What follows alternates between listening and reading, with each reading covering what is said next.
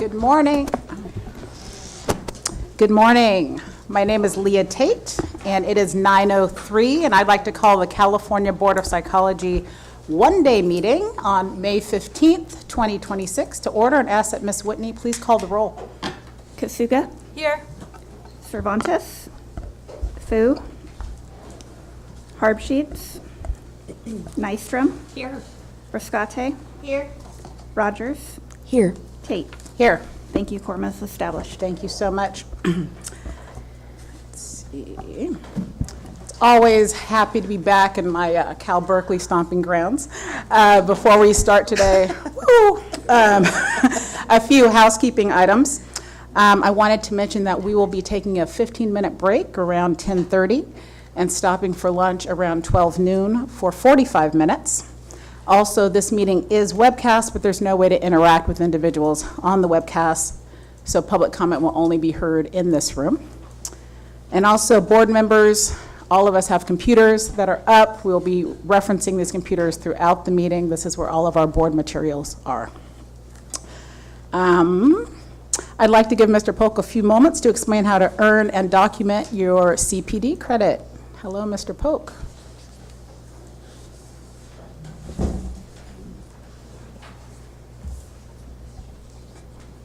Good morning. Attending today's in-person board meeting provides you with CPD credit under category number 1, attendance at a California Board of Psychology meeting. Since today's meeting is designated as an in-person meeting, CPD credit will not be given for viewing the meeting through the webcast, as the webcast is for streaming purposes only, and there is no option to interact during the public comment periods. For attendees who are in person with us today, the attendance sheet provided will be the board's record of your attendance. Please sign in and sign out as needed for today's meeting. For your CPD records, please notate today's date as May 15th, 2026, and note that we are here for the board meeting. Please maintain this record, as certificates of attendance will not be provided for attending today's meeting. At the end of today's meeting, I will announce how many hours will be credited for attending the full meeting. If you must leave before the meeting has adjourned for the day, please sign out and you will be credited for the time you attended. Again, at the end of today's meeting, I will announce how many hours will be credited for attending the full meeting in person. Thank you. Thank you so much. We're about to jump into Dr. Rogers' mindfulness exercise, which will definitely help us prepare for our agenda today. Dr. Rogers. Good morning, Dr. Tate, and good morning, colleagues and friends. It is always my joy and my honor to provide a mindfulness exercise before we begin our meetings.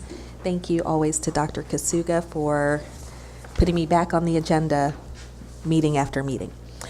So when I was trying to figure out what practice to offer today, I didn't really know. There is a lot going on. There's a lot that we're trying to manage, and I always try to find something that will provide a little bit of wisdom, and always just try to touch into whatever my practice looks like. And so as I was getting ready for this meeting, I happened to open up an old folder of mine, and one of my favorite meditations was just sitting there. I don't know how long it had been there. But this is a meditation that my teacher offered at the beginning of the pandemic when there was so much uncertainty. And it feels timeless, so I thought I would share it with all of you today.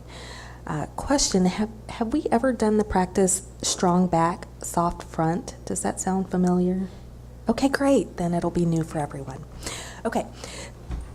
If this practice feels supportive for you, I invite you to engage. If not, no worries at all. We just like to provide a few moments of grounding before we get into the business of the day.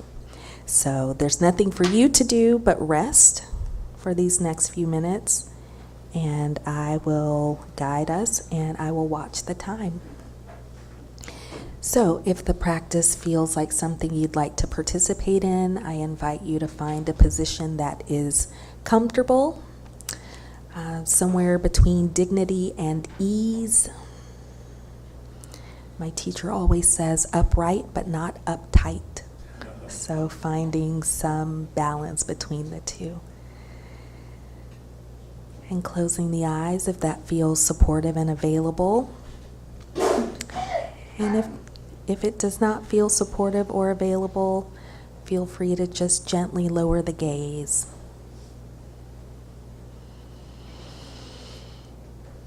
And bringing the mind, the heart, and the body into this room, into this moment,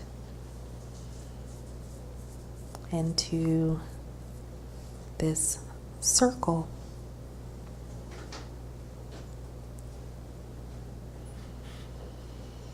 And if the mind wanders, just gently bring it back to the breath, into the body.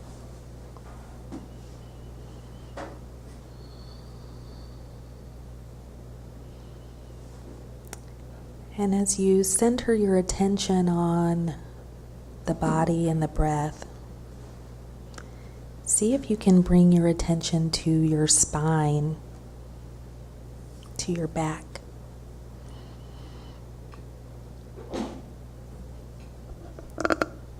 Breathe into that spine for a minute, the whole long length of it.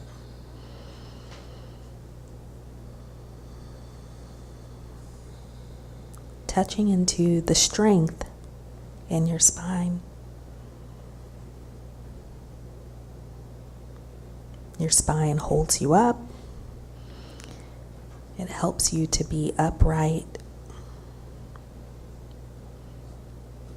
And you can remind yourself, if you want, silently saying to yourself, strong back, strong back.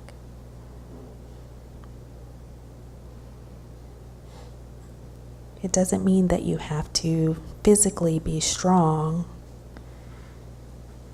It means a quality of strength that can move right up your spine. Strong back. Stable back. Reflecting a sense of equanimity. Strong back. The back is stable, upright, reflecting equanimity and balance. Strong back. And given all that is happening around us, we need a strong back right now. There's heavy lifting that we're having to do. And there's lots of difficulty that we're having to face. And we need a strong back.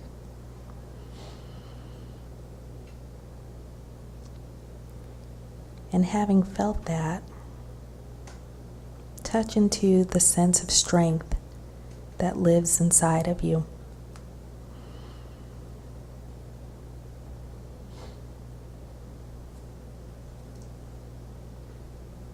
And now we're going to move our attention over, gliding over to the front of the body, to your chest or your heart area. And touch the tender, open feeling in this place.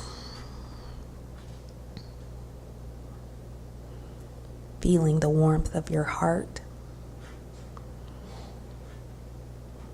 Your capacity for love and compassion.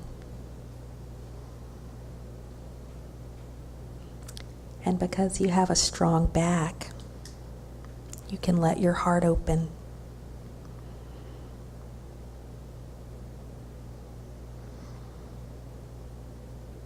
And as you let your heart open, let the awareness in your heart begin to include whatever is present for you.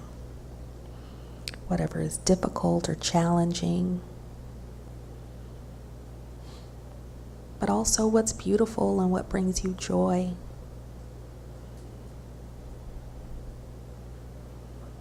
Let your heart open to the things that you're grateful for.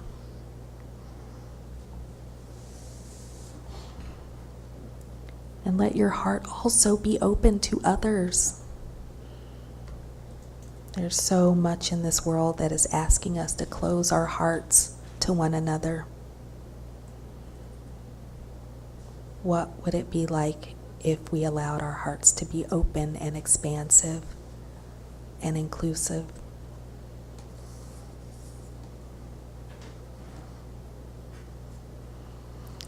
And remember, as we sit, we're not just sitting for ourselves, we're sitting for others.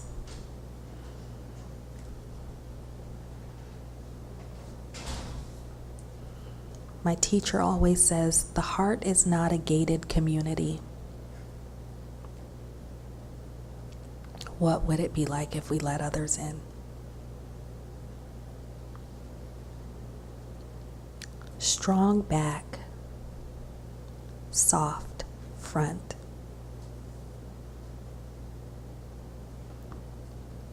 And we usually have it the other way around, all armored up around our hearts, and our backs a little bit weak and unable to stand for ourselves. And today we stand for ourselves and we stand for others. Strong back, soft front.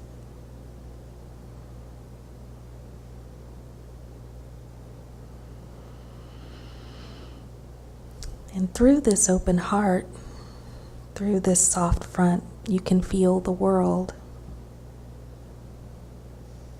And you can let your compassion respond.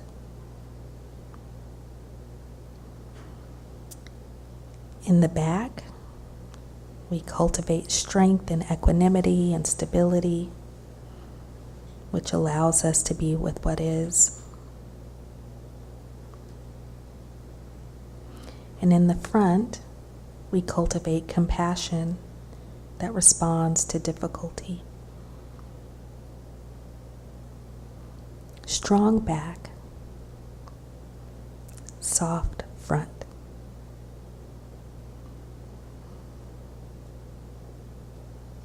And maybe all of these qualities are mingling together. Strength and equanimity, compassion and love. Each informs the other.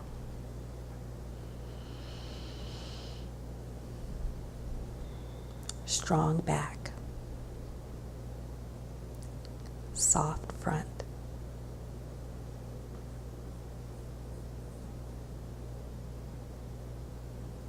In a moment, I'm going to ring the bell to bring the practice to a close. Don't feel a sense of urgency to swing your eyes wide open. When you hear the bell, just gently bring your attention back into this room, holding on to your strong back and your soft front.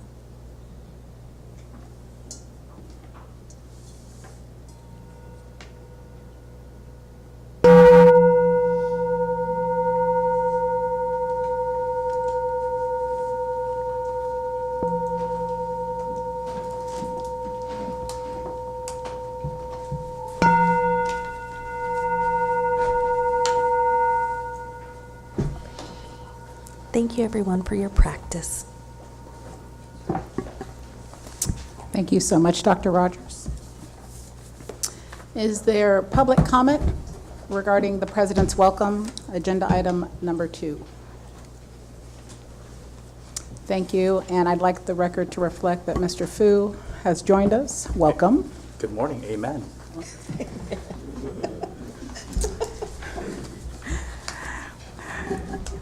We will be taking up agenda item number 3. This is public comment for items not on the agenda. The board may not discuss or take action on any matter raised during this public comment section, except to decide whether to place the matter on the agenda of a future meeting. Before I invite speakers to come forward for public comment, I would ask individuals making comments to not discuss the specifics, including names as to pending complaints, pending licensing applications, or pending disciplinary actions that may come before the board for a decision. This refers to current or pending complaints and possible future complaints. Such discussions are considered ex parte communications, as they could provide information to the members that is outside of the record in violation of the Administrative Procedure Act. While there may be a desire to engage in further discussion with comments, the board may not discuss or take action. Although this gives the impression we are not being responsive, these procedures are critical to ensure the compliance with the Open Meetings Act and to avoid compromising the speaker's goals or the board's mission. Additionally, if there is a speaker before you who expresses thoughts that are extremely similar to yours, please feel free to verbally agree with previous speakers instead of repeating the exact same comment. Are there speakers, just by show of hands, interested in public comment? Perfect, thank you. Each speaker will have 2 minutes.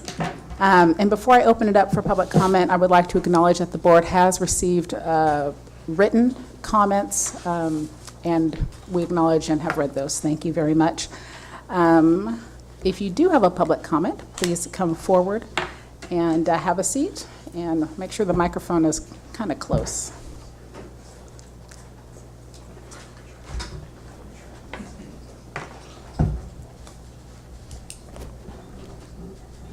Hi, is this working? Yes. It is. You can Okay, pull it great. closer if you want, but, No. okay. Hi, I'm Dr. Elizabeth Winkleman with the California Psychological Association. I'd like to provide brief comments on the issue of psychological associates and APA-approved internships. This issue, as you acknowledged, Dr. Tate, is outlined in an email sent from CPA to the board on May 7th and included in hand carry number 1. Before making comments, I'd like to request the board's instruction on whether my comment should be presented now or if they can be presented during item number 10, the licensing report, in which case there could be discussion at that time. Agenda item number 10 would be more appropriate. Okay, terrific. And I think that there are a couple of other attendees who would also want to make brief comments on the same topic, so also item number 10. Thank you Yes, very much. Of course, thank you. Any other public comment at this time? He may not be able to be here. I don't, what time is number 10 going to be? I wish I knew. I believe it will be this morning. Yes. If I can make it happen, I will. Any other public comment for items not on the agenda? Perfect, thank you so much. Agenda item number 4 is discussion and possible action to approve the board meeting minutes from February 13th, 2026. So moved. I second. Thank you. You guys are fast. Any other board comment? Any public comment regarding agenda item number 4, discussion and possible action to approve board meeting minutes from the February 13th, 2026 meeting? If so, please come forward. Thank you. Can you please call the roll, Ms. Whitney? Kasuga. Aye. Cervantes. Fu. Aye. Harbsheets. Nystrom. Abstain. Rascate. Aye. Rogers. Aye. Tate. Abstain. Did it work? Thank you. Did that work? We only have 4. Okay.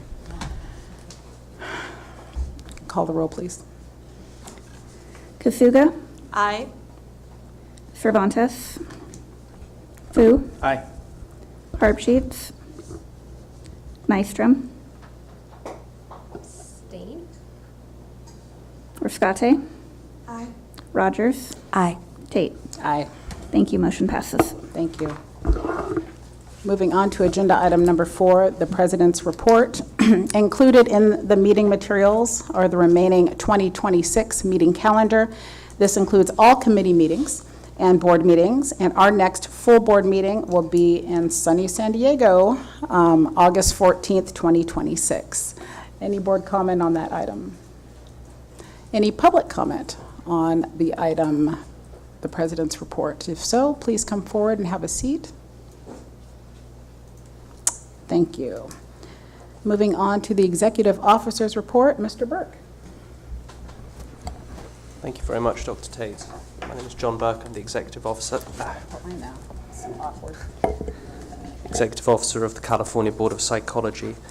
Item 6A, personnel updates. We currently have 3 vacancies of various analysts, 2 in enforcement, although 1 is going to be filled imminently, and then 1 in the Central Services Unit. It's the legislative analyst position. Additionally, there is 1 licensed member vacancy on the board itself, and we're waiting for an appointment from the governor there. Are there any questions about the personnel update? I just have one question, Mr. Burke. What's the difference between analyst 1 and 2? I think analyst 1 is the old SSA, so that's the lowest level of analyst. I'm not trying to diminish them, but that's, and then the old AGPA, the Associate Governmental Program Analyst, which is a higher form. They can do more deep analytical tasks. Okay. Based on that. Okay, just curious. Thank you. No problem. Okay. Item 6B is communications with other jurisdictions. I'm going to provide an update on Texas's exam development and my conversations with them under that item, unless anyone would really like to hear now.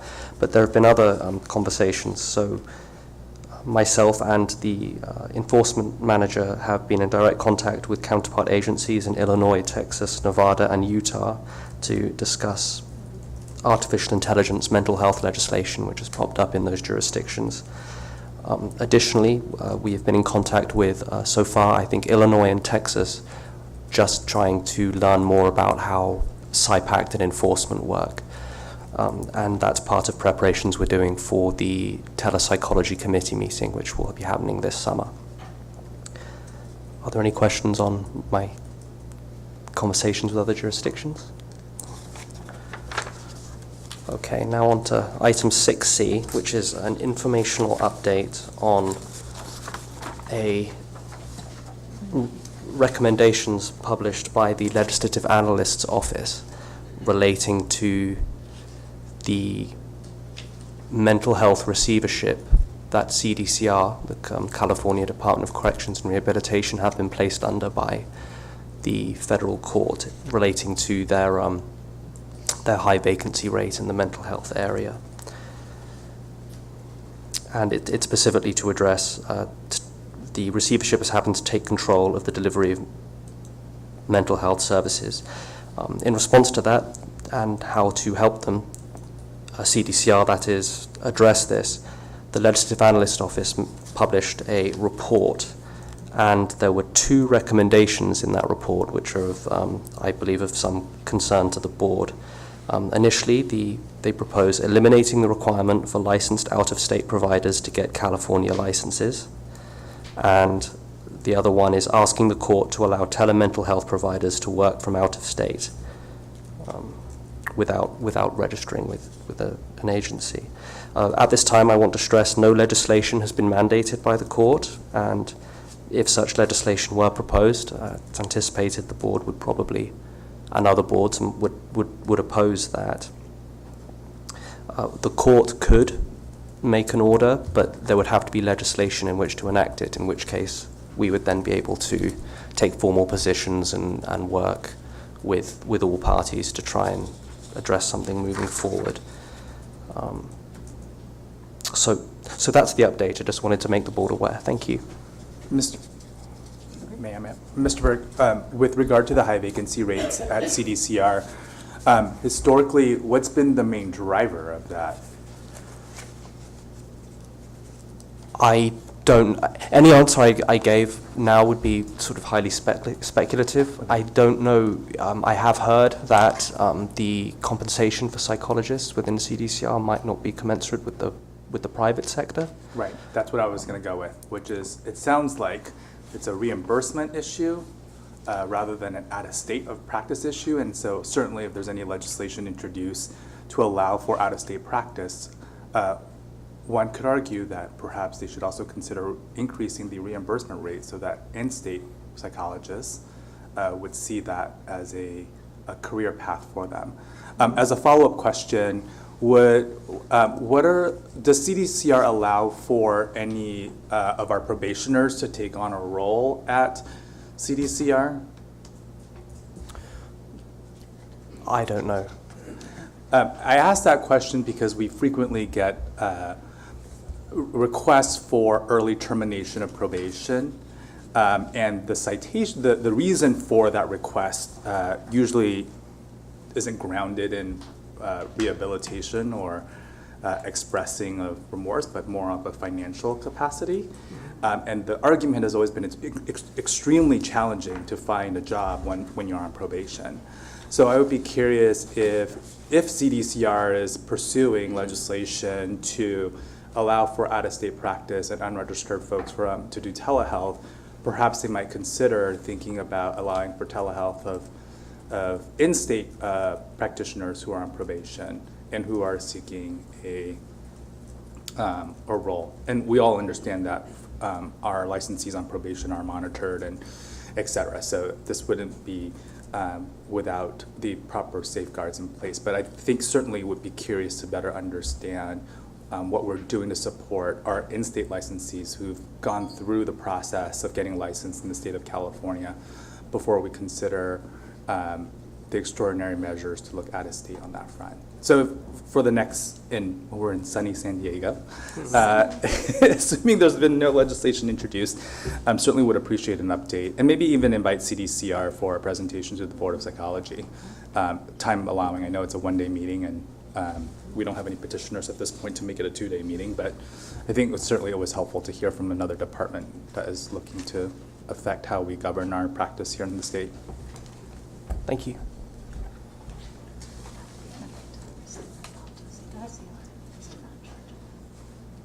Mr. Burke, just wanted to ask, and also it's a comment on the collaboration between the people that recommended the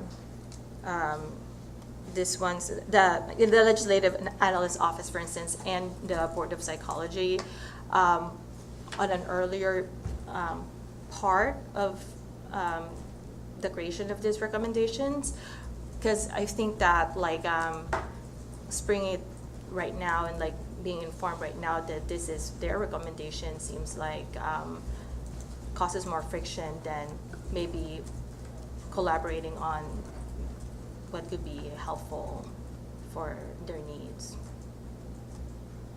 Yes.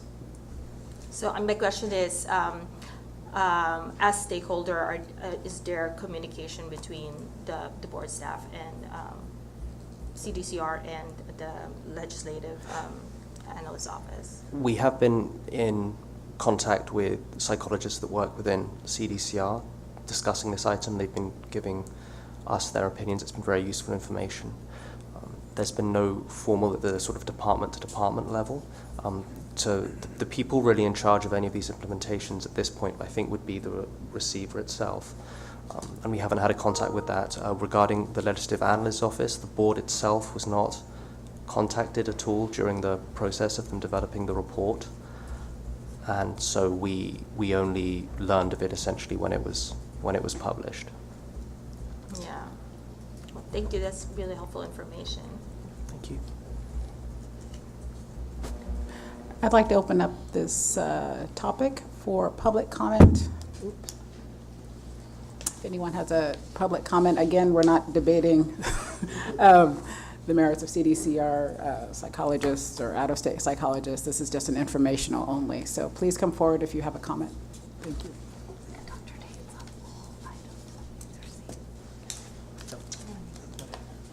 Sorry, I should clarify, this is for all items under 6, so you're fine. 6A through 6C. So. Hi, my name is Dr. Susan Swartz, and I just, this discussion about psychologists working at CDCR, it does seem to be a complex topic. One factor that might be contributing to perhaps some of the licensed, non-probationary California psychologists perhaps not working at CDCR. I've heard it's a highly litigious environment, and And so there are, some psychologists feel their license, is kind of at risk there more than in other incarcerated settings. And the cost of the insurance, malpractice insurance, and also just the emotional weight of possibly being sued. So that's just something else I wanted to contribute. It is unfortunate that CDCR has such difficulty getting qualified psychologists because the need is certainly great. Thank you. Thank you for your comment. Any other public comment on this item? Please come forward, have a seat. Thank you. Moving on to agenda item number 7. This is the DCA update, which will be provided by the Assistant Deputy Director of Board and Bureau Relations, Lucy Saldivar. Welcome.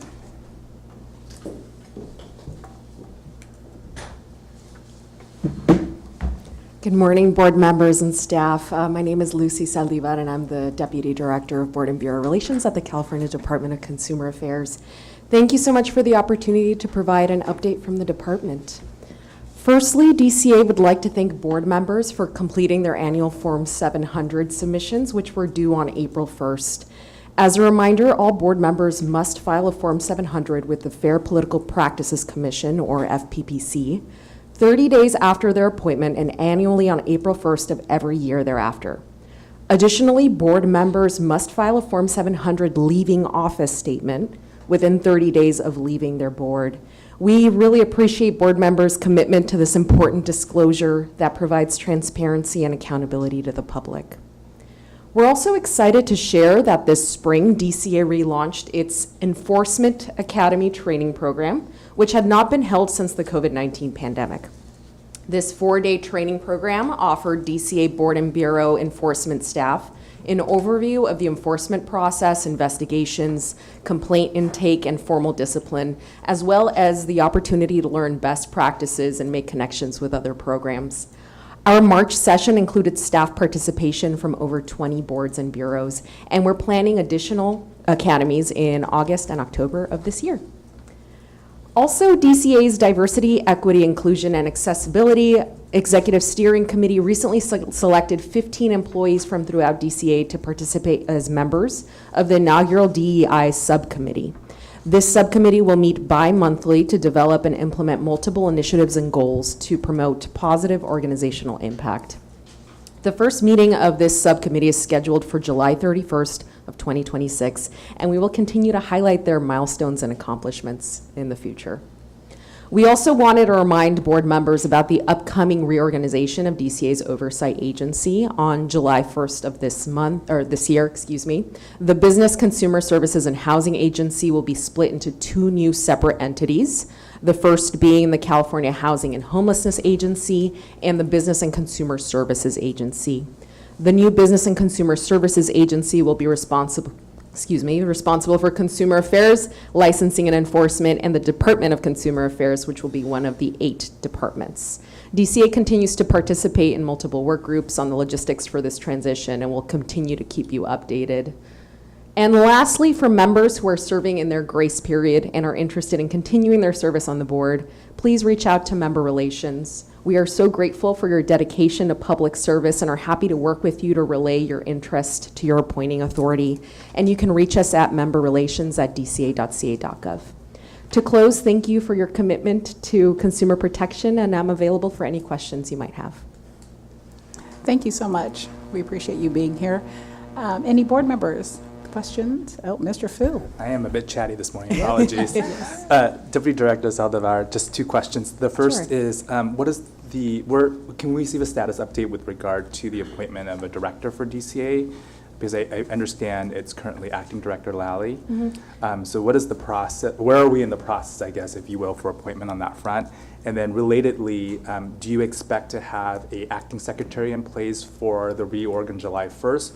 Or will there be a permanent secretary taking over on July 1st? Yeah, wonderful questions. For your first one, in regards to director for DCA, there currently are no updates to share at this time. I know that the governor's team is working, to make that appointment. At this time, Acting Director Lawley is serving in that role. And then with regards to your second question, just this week, a secretary was appointed and announced for the new agency, and we'll provide more updates on that at a future meeting. Thank you. Yeah, of course. Thank you. Thank you. Any other board comments? Are there any public comments for the Deputy Director? Please come forward and have a seat. Thank you. Thank you so much. We're moving on to the budget report. This is agenda item number 8. Ms. Whitney, please.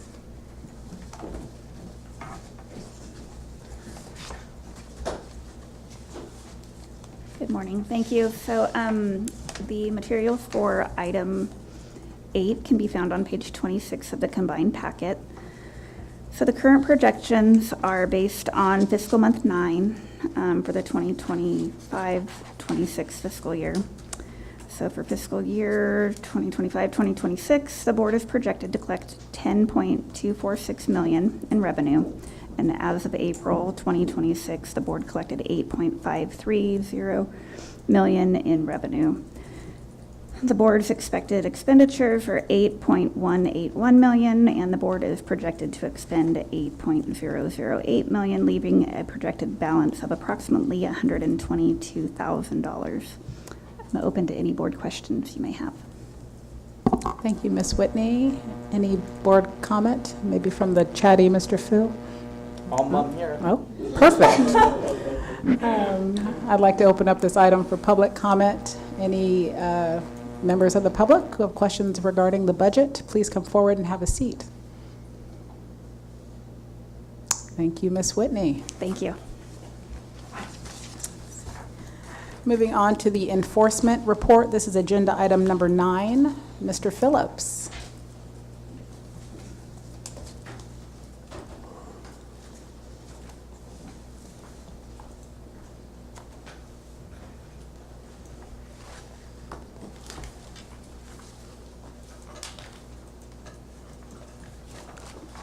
Good morning.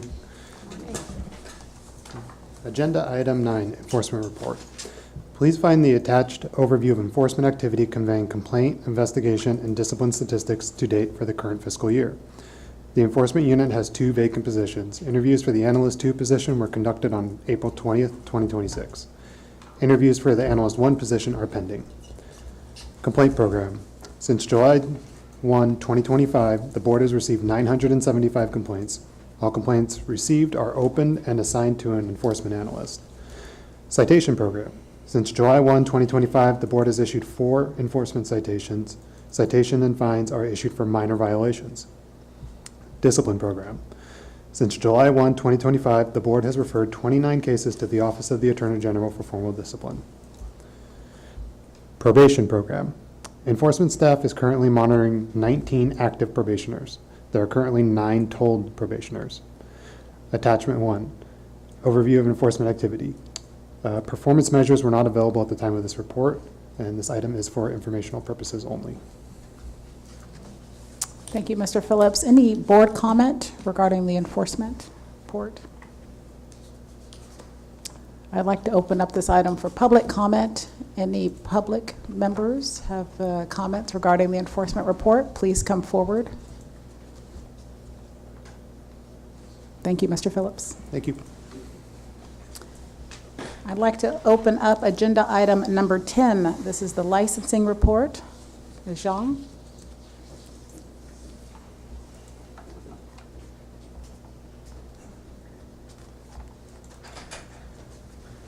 Good morning, board members and attendees. I'll be presenting on item 10A, which is the licensing report.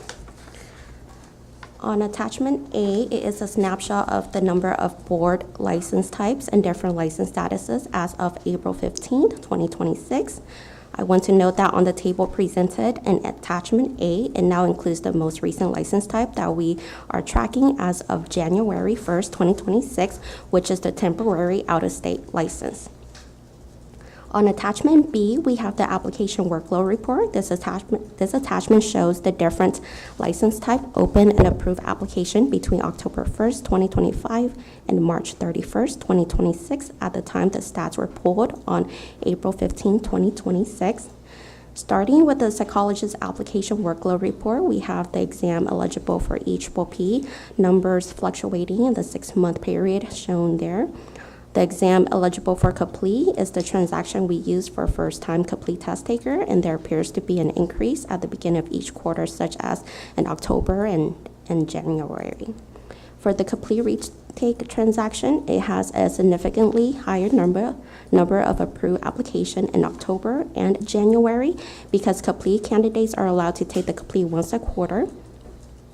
Therefore, if the candidate submitted a retake request application before their eligible quarter, we will approve the retake request application at the beginning of the next quarter. For the initial application for psychology licensure transaction type is the data for the request for initial licensure application. That is the last application submitted to the board once the applicant passed both the EPP and complete.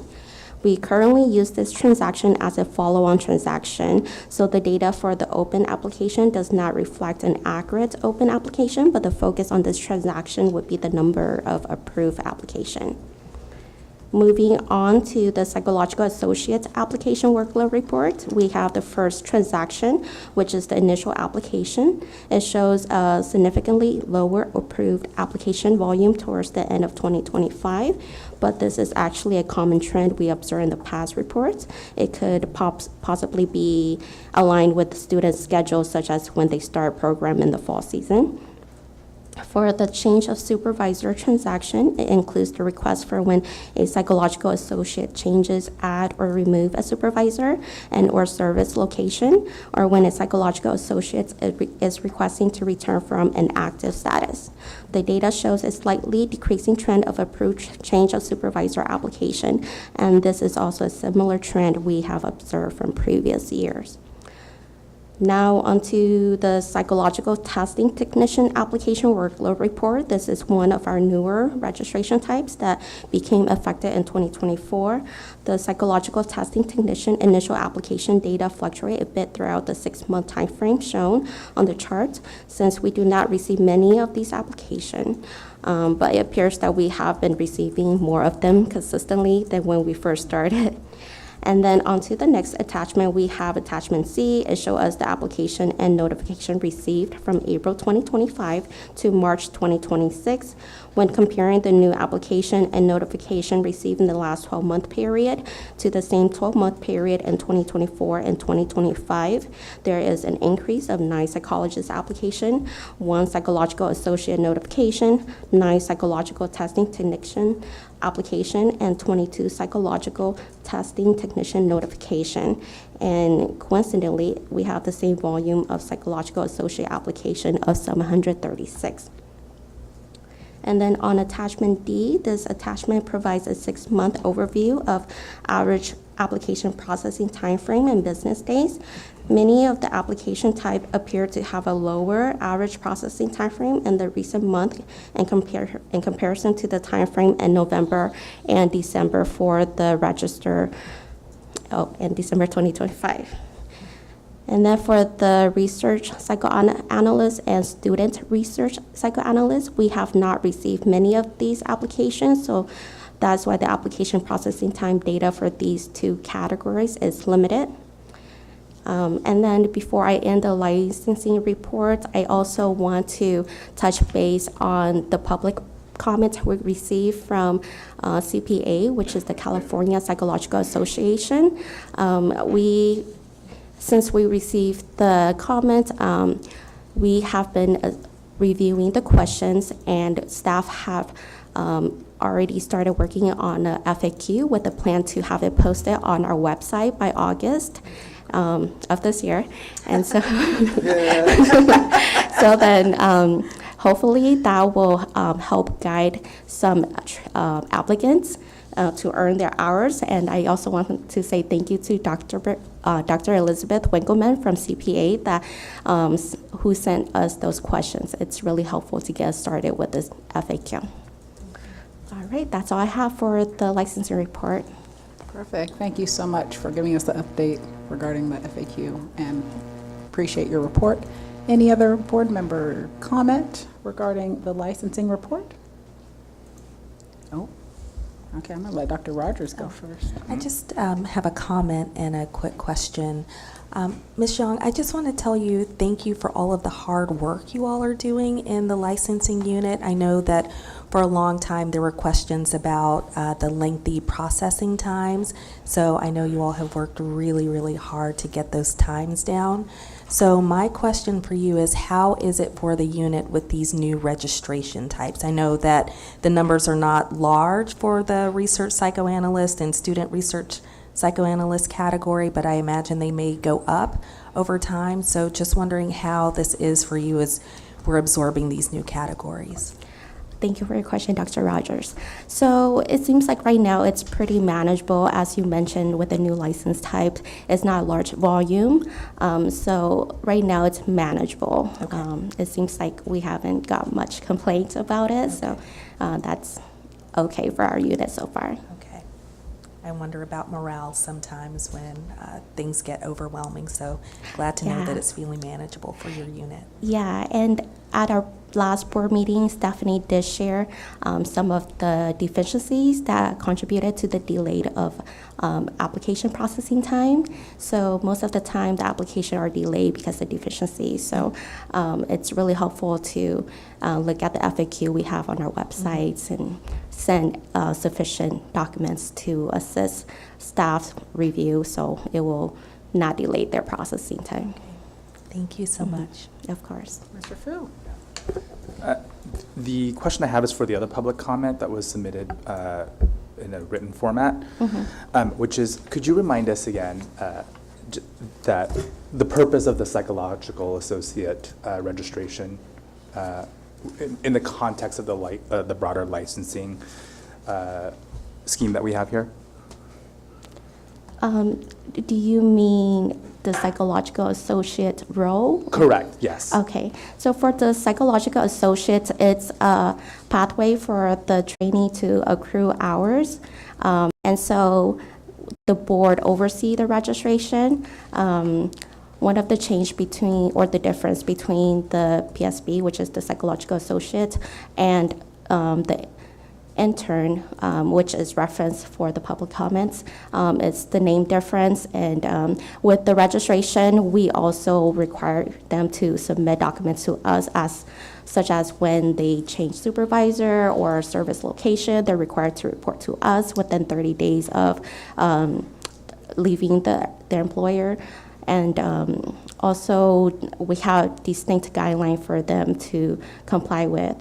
And so with that, we want them to follow our regulation. And so that's pretty much the difference. We oversee them because we issue the registration. And the purpose of that registration isn't a long-term permission to practice. The purpose of that registration is to provide time for them to accrue the appropriate hours to take the EPPP, is that correct? That is correct. So the psychological associate registration is limited to 6 years currently, and we do have a regulation that allowed them to request for an extension if needed. So if they do need more time than the 6 years, then they can request an extension to us, and then we will review that extension, whether if it is to be granted or denied. And then we also have other pathway for them to accrue hours as well.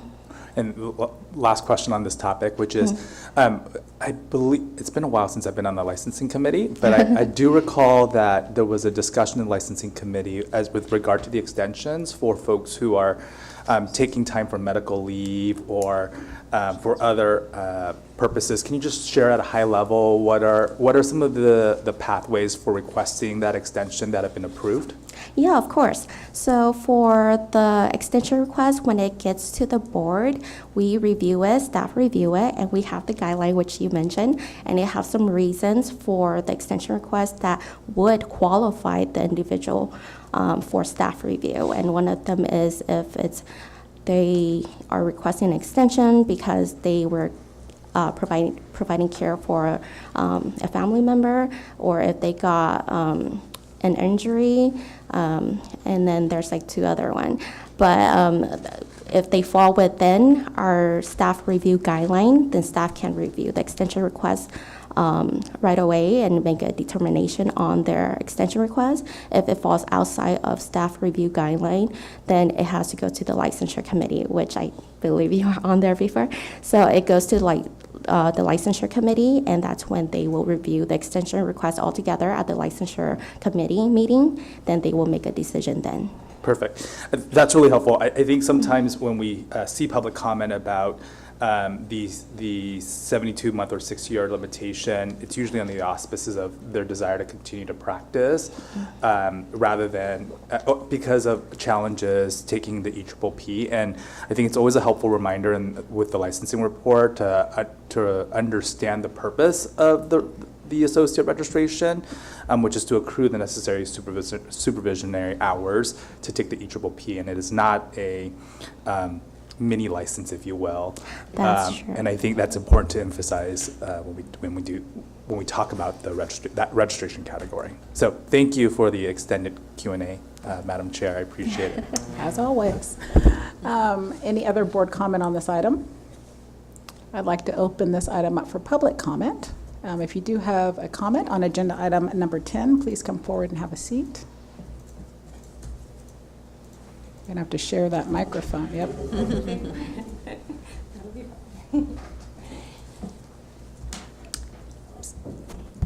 Hi, it's Dr. Elizabeth Winkleman again with the California Psychological Association. First of all, I want to thank the board staff for developing the FAQ. That is going to be extremely helpful, and we really appreciate it. This is for proper procedures and documentation requirements for psychological associates who are concurrently will be in APA-approved internships. I wanted to give just some really brief background for the people that did not read the hand-carry materials, which may not be everybody in the room, that the guidance is needed to facilitate the implementation of AB 2703, which was co-sponsored by CPA and supported by the Board of Psychology and went into effect in 2025. AB 2703 allows psychological associates to provide services in federally qualified health centers, or FQHCs, and rural health clinics, or RHCs, and allows Medi-Cal to be billed for those services. It's an important new law because it increases training opportunities in community health settings, and it expands access to mental health care in underserved areas. So some FQHCs offer APA-accredited internships, meaning that the interns at those sites have in the past earned their SPE, Supervised Professional Experience, as part of a formal internship, which has led to confusion and complications this year as to the proper procedures and documentation if they are concurrently need to register as psych associates for reimbursement purposes. So the training programs have requested that the board would consider in developing these FAQs the possibility of continuing to earn SPE hours as interns, because that would make the procedures go a lot more smoothly and efficiently. And I believe that it may be allowed under the regulations as long as they're not in both earning the SPE in both categories at the same time. 30 seconds. Okay. I'll be quick. And just to explain, it's a high-stakes issue for both the trainees who need to be sure their SPA hours will count towards licensure, and for the treatment centers that really need the Medi-Cal reimbursement to support training programs and access to services. Again, thank you so much for developing the FAQs, and CPA would be glad to assist in any way that may be helpful. Thank you. Thank you, Dr. Winkleman.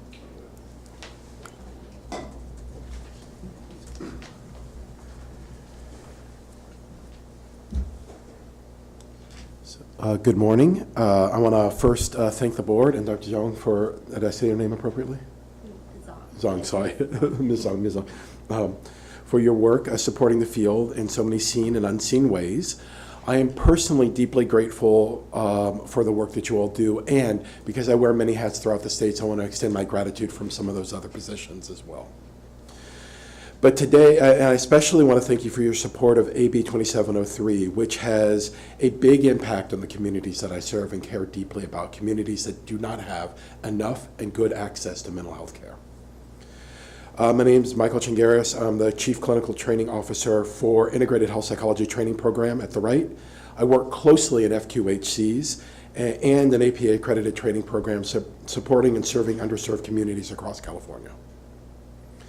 When AB 2703 allowed for psychologists to bill, I saw psychologist trainees to bill. I saw it as a critical opportunity to improve access to care in a time of profound workforce shortages and mental health needs across California.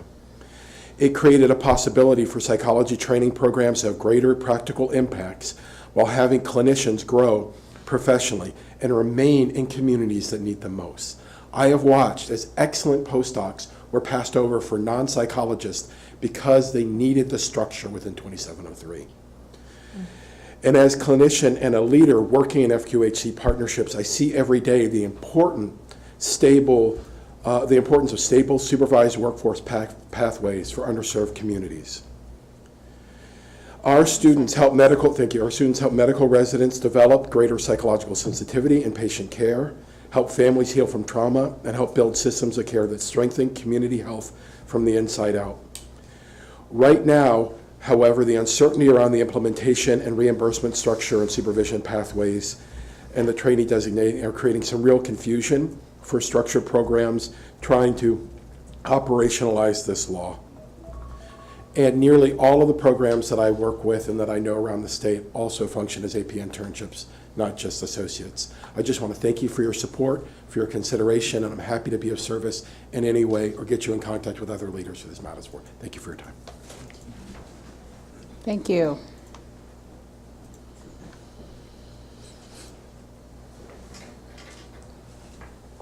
Good morning. Morning. Morning. My name is Gilbert Newman. I'm the Vice President for Academic Affairs at the Wright Institute. And also for transparency reasons, I'm also a board member of the American Insurance Trust, the premier liability provider for psychologists in the United States.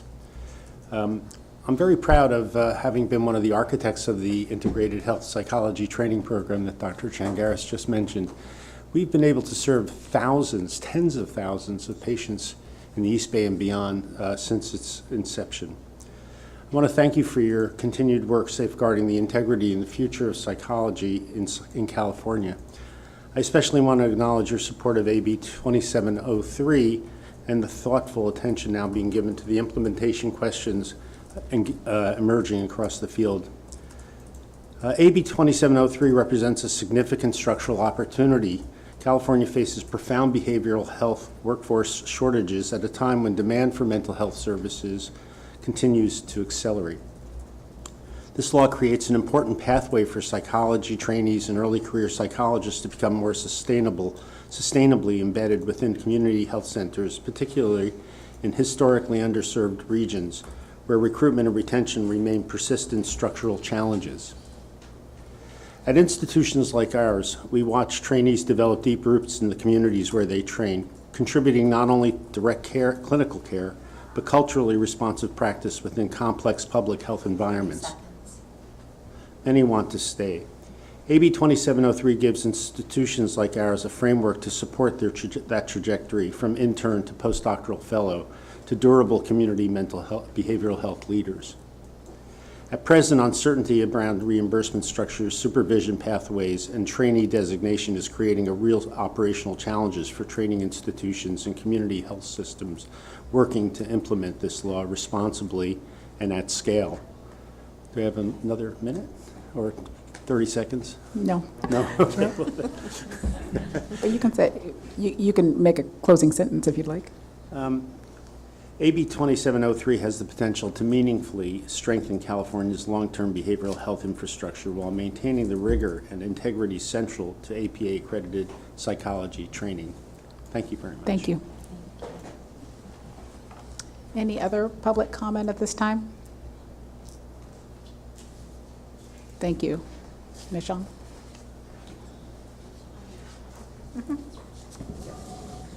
Yeah, we're moving on to 10A. Thank you. So for 10A, which is the examination report, I'm going to present on those EPPP and complete stats.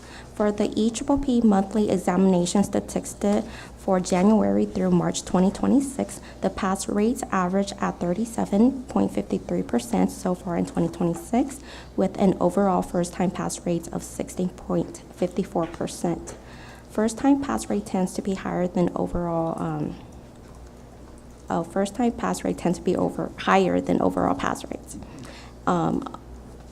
Then on the EPP statistic chart, the pass rate for 2026 are actually trending lower than most previous years. Moving on to the complete. For the complete, the pass rates average at 77.35% in 2026 so far, with the overall first-time pass rates of 79.31%. On the complete statistic chart, the complete pass rate in 2026 are relatively consistent with previous years. And that will conclude the examination report. Thank you so much. Any board comment on the examination report? Any public comment regarding the examination report? This is agenda item 10A. If you do have a comment, please come forward and have a seat. Thank you very much. Thank you, Michelle. Moving on to the continuing professional development and renewals report, Mr. Polk.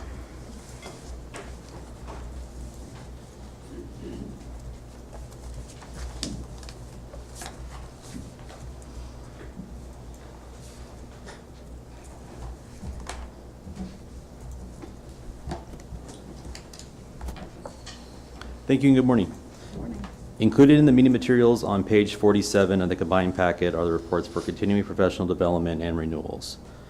Attachment A on page 49 shows the percentage of renewals that were submitted online versus mailed in. Between January 2026 through March of 2026, an average of 93% of psychologists and psychological associates renewed online using the BREEZE system, with an average of 7% of licensees and registrants renewed by completing and mailing in the paper application. Attachment B on page 50 shows the percentage of renewed psychologist licenses processed between January 2026 through March of 2026. An average of 80% of psychologists renewed as active, with approximately 7% of psychologists renewing as inactive.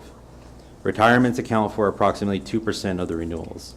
These percentages continue to be similar to prior years. However, the retirements did account for approximately on average of 4 to 5% of the renewals of 2024, where in 2025 they accounted for 2%, and currently that trend seems to be continuing. Attachment C on page 51 shows the renewal percentages for the registration types. Psychological associates account for 9% of the monthly renewal applications. Psychological testing technicians, research psychoanalysts, and student research psychoanalysts account for approximately 1% of the renewals. CPD audits for the months of April 2025 through March of 2026 are reflected in attachment D on page 52. Currently, approximately 2% of licensees are selected at random based on each month's approved renewals, and licensed board members are audited every renewal cycle of their license. The pass rate reflected in the meeting materials is 73%, with 7% of the audits pending review, 18% of audits awaiting submission of the CPD documentation, and 1% of the audits have failed. I'd like to provide some updated percentages on the CPD audits. The November 2025 audits had a 100% pass rate. December of 2025 pass rate is currently 90%. 10% of December audits are deficient. The licensees have been notified, and I'm currently working with the licensees regarding their deficiencies. For the January 2026 audits, 100% of the audits and documentation has been received, and the pass rate is currently 47%. No additional failed audits at this time. Attachment E on page 53 is the chart that reflects the common activities that are used to complete the CPD requirements. The information provided was determined by using the completed audits from April 2025 through January of 2026 that passed. Still, the two most commonly used activities continue to be sponsored continuing education and peer consultation, followed by self-directed learning and supervision. The remaining CPD activity percentages remain steady, and majority of the CPD activities are being utilized to complete the CPD hours. However, there has again been a slight increase in the use of the activity of attending a board or committee meeting. Seeing the increase of this activity, I did review past attendance records and would like to provide some statistics regarding attendance at our board and committee meetings. In 2024, an average of 17 individuals attended in-person board meetings. Committee meetings held virtually had approximately 250 individuals on average in attendance.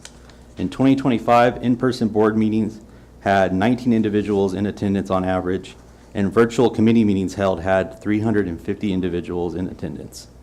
So far in 2026, 23 individuals were in attendance at the board meeting held in February, and currently between the 2 committee meetings held so far this year, an average of 440 individuals have attended. Staff will continue to compile current statistics and will continue to update the chart as more audits are conducted and reviewed, in part with staff updating the board on trends of CPD and CPD activities. Lastly, the board held an informational webinar on the CPD on March 27th of 2026. The webinar included a detailed overview of the general requirements, CPD categories and activities, CPD reporting, and overview of the audit process. I'd like to add that the recording of the March webinar is now available on the board's website, along with the presentation slides, as well as the example CPD reporting form that was presented in the webinar.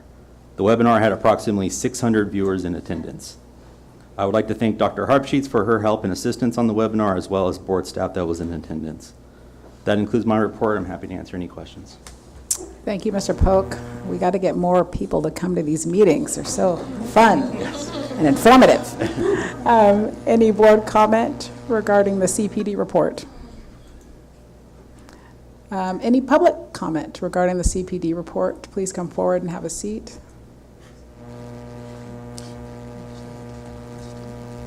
Yes, Dr. Rogers. Hi, Mr. Polk. Just a quick question for you about the CPD model. I know that there was a lot of resistance to that in the very beginning. Just curious about the most recent webinar and how that was received, how psychologists are responding to the new model.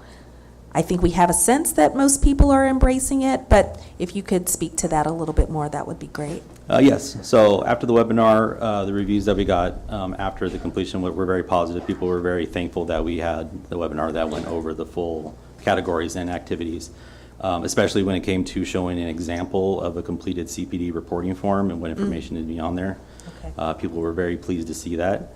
As far as the model goes, yes, so we are receiving a lot more positive feedback on the CPD, because a lot of people are realizing, our licensees are seeing that a lot of the activities or things that they were doing in the past now can count towards hours and not just doing set 36 hours of continue. So a lot of, peer consultation, so that's probably the most common activity next to sponsoring education. That people are used to complete the CPD requirements. So yes, so it is being positive. Of course, there's still clarification that's needed on some of the activities. But besides that, no, it's been over majority positive now. Okay, that's wonderful to hear. Thanks so much. Thank you. Public comment for this item? Just asking again quickly. Thank you, and thank you, Mr. Polk, for your hard work. Moving on to agenda item number 12, the Enforcement Committee report, and the chairperson of that committee is Mr. Fu. Thank you, Dr. Tate. I'm so happy to talk through the enforcement committee's report and the meeting that we held, and we'll go through a few of those items, and we'll be supported by Mr. Phillips, who's the enforcement manager. So at our last board meeting, we had talked about Senate Bill 903, related to artificial intelligence, brought before Dr. Kasuga's committee, and at our Sacramento meeting, we wanted to ensure that the provisions in SB 903 were consistent with our desires for informed consent as well as patient awareness when it comes to the use of AI. So the report summarizes a lot of the bill aspects, so I will save us time here and won't do that, recognizing our desire to move things along expeditiously. However, I will point out that the bill itself is consistent with where we are in terms of consumer protection. We're supportive of the provisions in place to ensure that artificial intelligence is not used to make independent therapeutic decisions or replace the professional and clinical judgment of our licensed psychologists. And the other piece is to make sure that anything that is used with regard to artificial intelligence in this proposed legislation is consistent with any privacy laws associated with the maintenance of health records. So the committee discussed the bill more deeply and have no further comments on that front.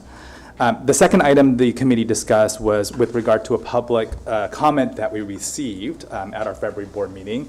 And the public comment that was received at our February board meeting is in relation to the public letter of approval, PLRs, that is kept on a person's license on Breeze, which is the licensing portal that we all use in the state. And so the request was for the board, and the board delegated to the enforcement committee to look at what is the current practice of PLR retention. Should it remain on a license on Breeze without any limitations, time limitations? The public comment noted that the California Medical Board has a 10-year limitation when it comes to having their PLR equivalent taken off of Breeze. We heard from our enforcement team that currently the Board of Behavioral Sciences, so a part of the Mental Health Healing Arts Boards, has a similar practice to the Board of Psychology and does not have a statute of limitations as related to PLRs appearing on the Breeze license. And for consistency purposes, the enforcement committee is recommending no changes to how we show PLRs on Breeze.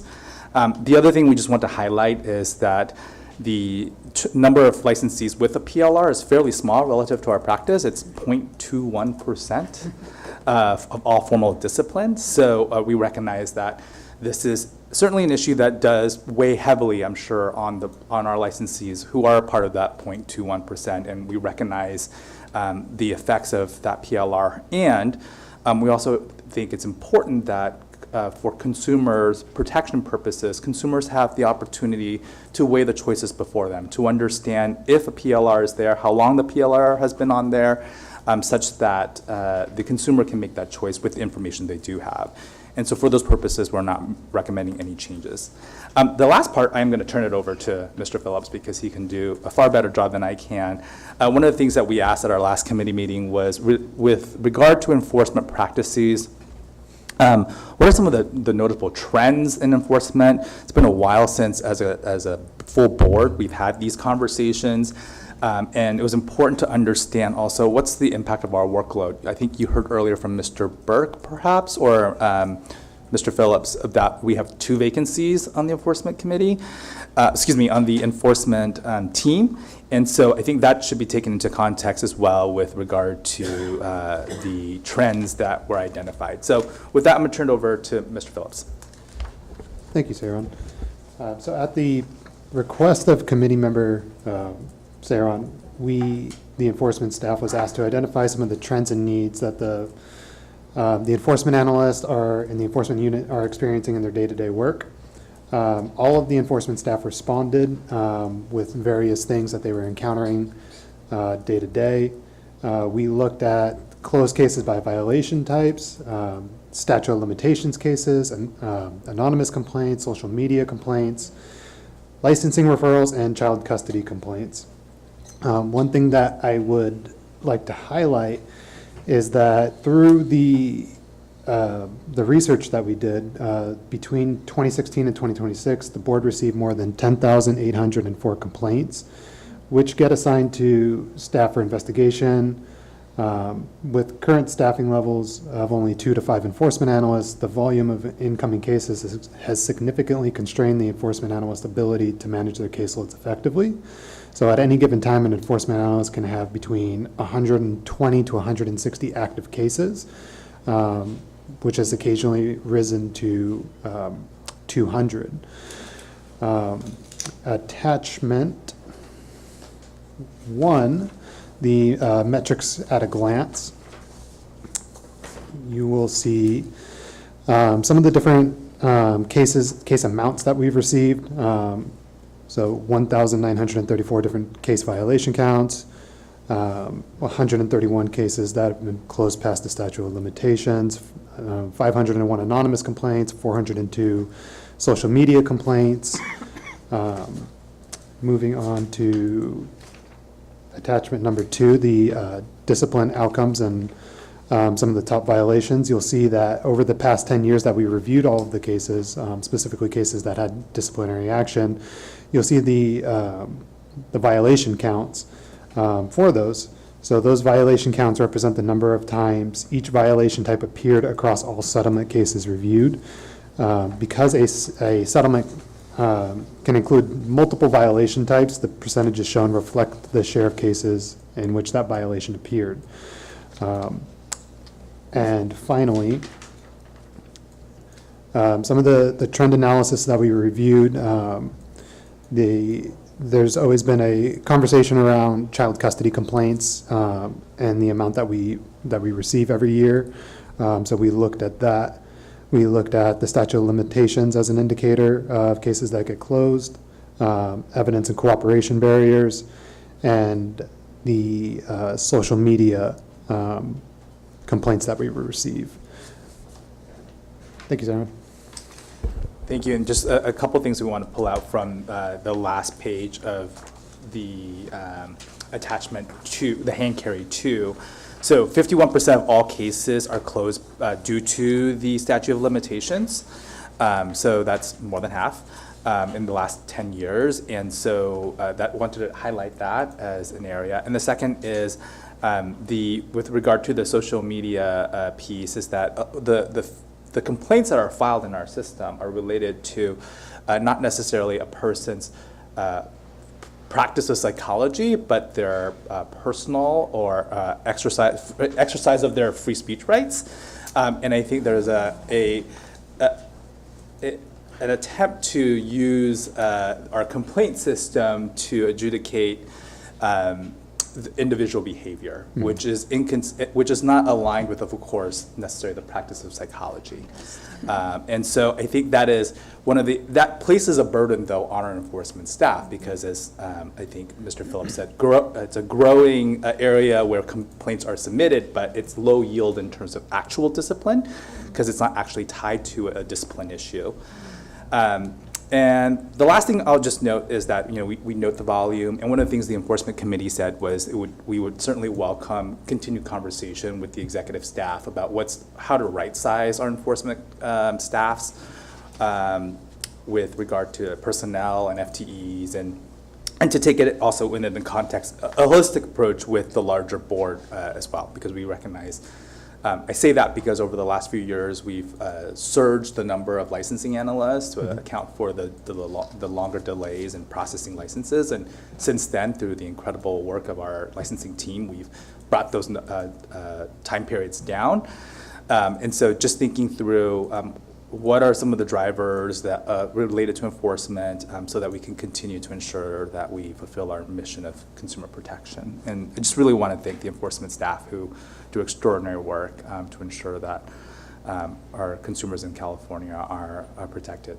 Yeah, thank you, Sarah. And very briefly, I would like to add that for the statute of limitations cases, the way that statute is listed, 2960.05, we can be time limited when a case is received. So if we receive a case that is a couple days away from the statute of limitations, that significantly impedes our ability to investigate that case thoroughly.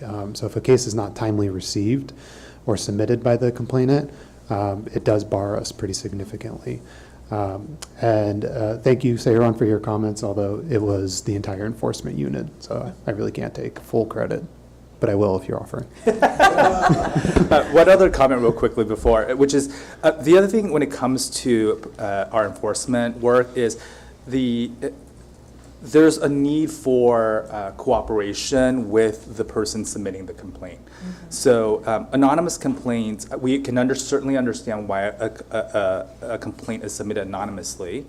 And there is a juncture where we need additional information from the enforcement unit does need additional information. As 23.4% of these anonymous complaints are dismissed because of insufficient evidence. And on the cooperation side, 40% of folks who submit a complaint are non-cooperative in terms of submitting required documentation. So I think that is something that as we think about the role of consumer protection and we think about empowering consumers to make sure they have the information they need, I think that's another key aspect is we certainly want to have a fair system of investigating and disciplining psychologists who are in breach of our code of ethics, et cetera. And there is a responsibility on the consumer submitting that complaint to provide the evidence and to work with the enforcement unit so that real issues can be addressed properly. So I wanted to highlight that piece of cooperation with the enforcement unit for these things. Thank you. Thank you, Mr. Phillips. Thank you, Mr. Fu. Dr. Rogers. I have a question, Mr. Fu. So I think all of your points are really valid. Would it be helpful if there were something on the website around the importance of consumers sort of cooperating with A newsletter article. Look at that. That is a great topic. Like, as we were talking about the FAQs earlier to be posted on the website, would it be helpful to have something on the website around filing a complaint? Because I'm thinking about like the social media piece. I was really curious about that. And so what qualifies, not necessarily as what is a valid complaint, but just educating people as they're getting ready to file a complaint around, you know, what kinds of things will be investigated and what kinds of things are not.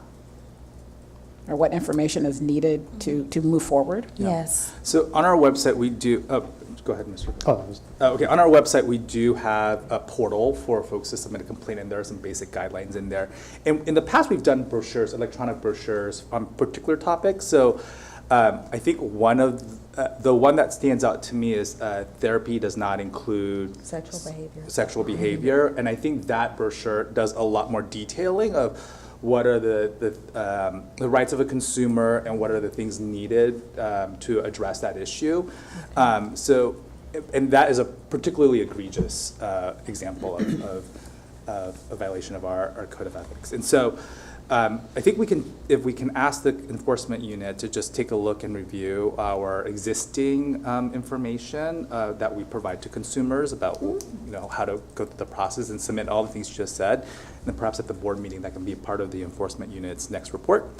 And then we can decide from there on out. I'm trying to delay the newsletter writing. So I was just about to say, you guys are ignoring my newsletter suggestion. So we didn't even hear that. I think I can see that happening. But I'm going to assign it to you, Mr. Fu.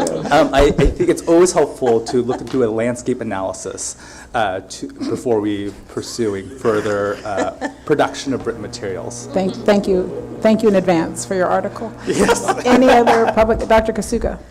Thank you so much, Mr. Fu and Mr. Phillips, with regards this presentation. I think that there's a lot of need for transparency with regards to enforcement side of things, and any information that can be shared to the public is really helpful with regards additional cooperation, in particular the anonymous complaints and not getting enough evidence or kind of like insufficient documentation. We want to make sure that these requirements are communicated, that we needed to give the complainant, the licensee a fair shot at like being investigated fairly. That's the goal of the enforcement team. We need more information. We need them to provide us with more documentation to move forward with complaints. And it's also good to know. I think that's I was also going to suggest a newsletter with regards. I think there's really not a lot of information on just like the general ones, aside from the therapy that include sexual behavior, that can be helpful for people that are lodging complaints. So just even like a short one on the newsletter, I think will be helpful on those, just focusing on those two topics, on the importance of the documents and why it's helpful if we don't get like anonymous complaints and have more evidence to support the complaints. Thank you. Any other board comment? Thank you. Any public comment regarding this item, please come forward and have a seat.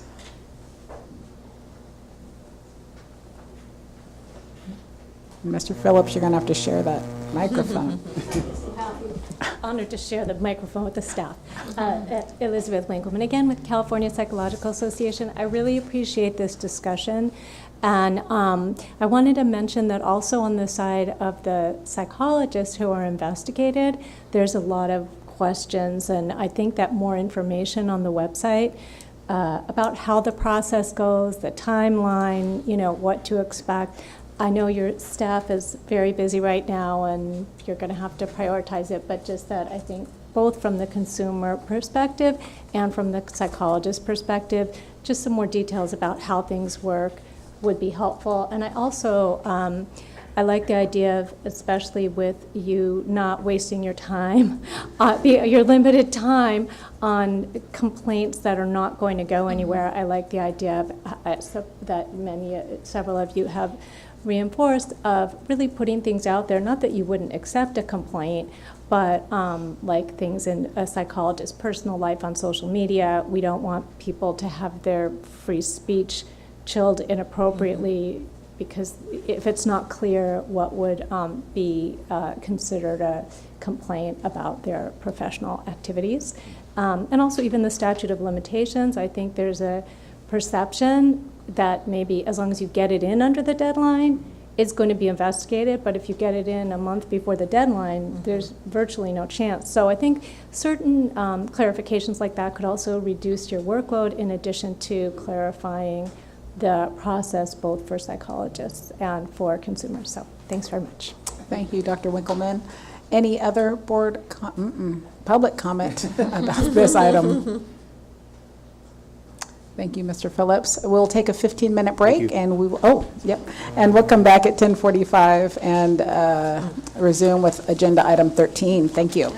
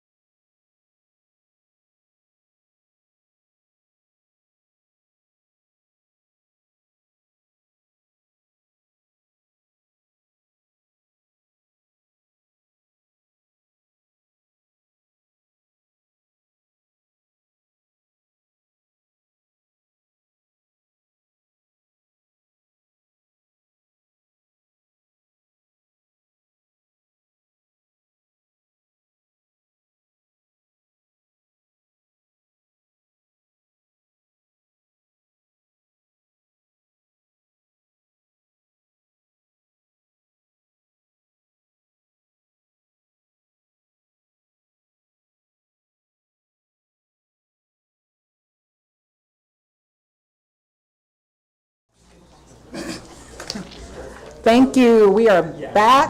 Ms. Whitney, can you please call the roll?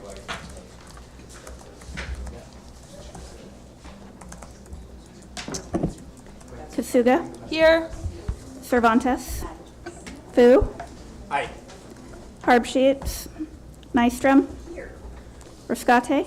Here. Rogers. Here. Tate.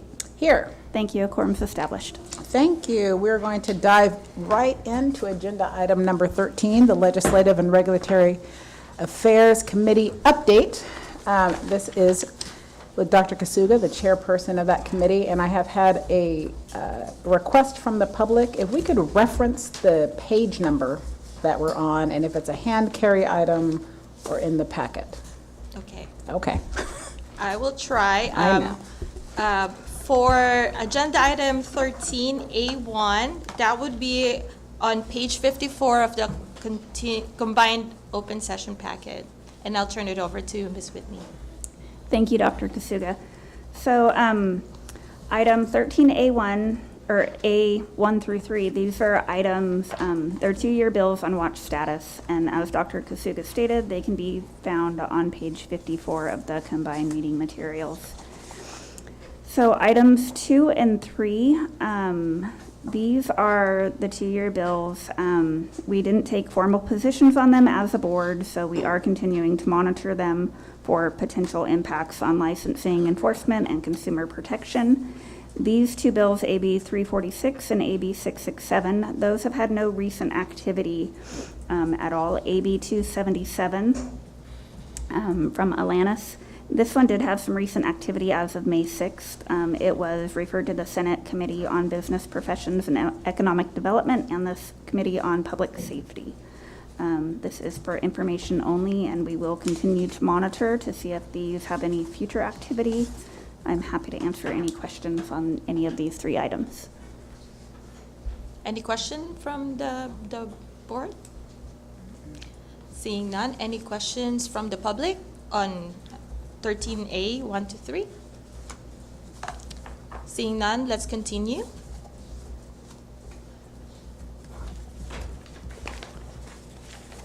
Okay, so item 13B1 is Senate Bill 903.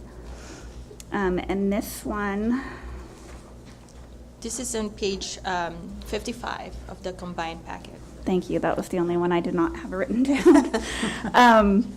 Okay, so Senate Bill 903, we discussed on this one briefly in the Enforcement Committee report. So in January of 2026, this was introduced by Senator Stephen Padilla. It would establish new statutes to regulate how artificial intelligence may be used in therapy and psychotherapy services. The bill is intended to protect consumers by prohibiting unlicensed individuals or entities from offering therapy or psychotherapy services through AI. For licensed professionals, the bill would require clear patient consent when AI is used to support recorded or transcribed therapy sessions, and would ensure that AI does not make independent therapeutic decisions or replace professional clinical judgment. The bill also authorizes Department of Consumer Affairs to investigate violations and impose civil penalties. At our February 13th, 2026 board meeting, the board adopted a support position.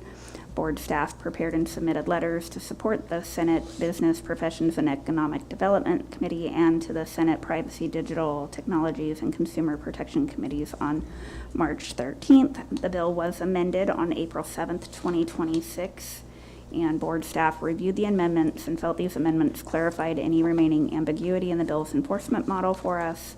This item is for informational purposes only. No action is required. This is the bill Mr. Fu spoke briefly about, again, on the last item, number 12, but I'm happy to answer any questions the board or public may have on this. Thank you. Any board comments, questions? Seeing none, any public comment or questions on 13B1? Okay.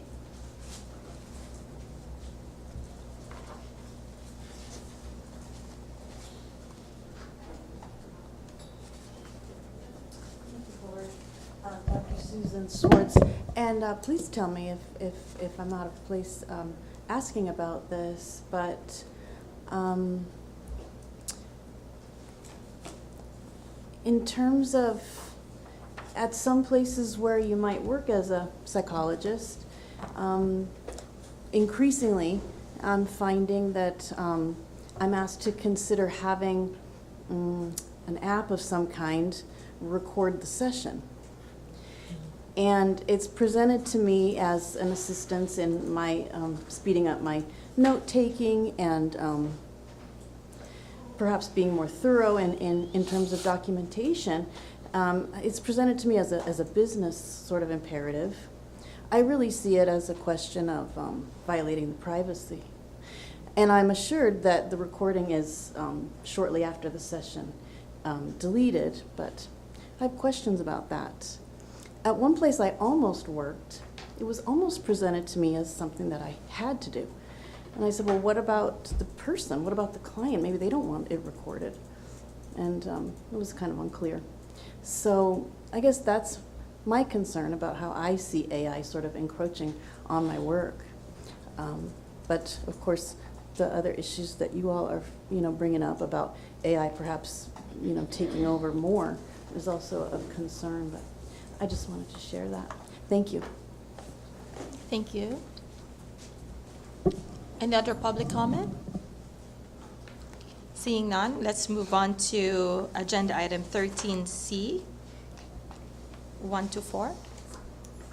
Okay, so these just got slightly shorter. We had, there were some suspense hearings yesterday.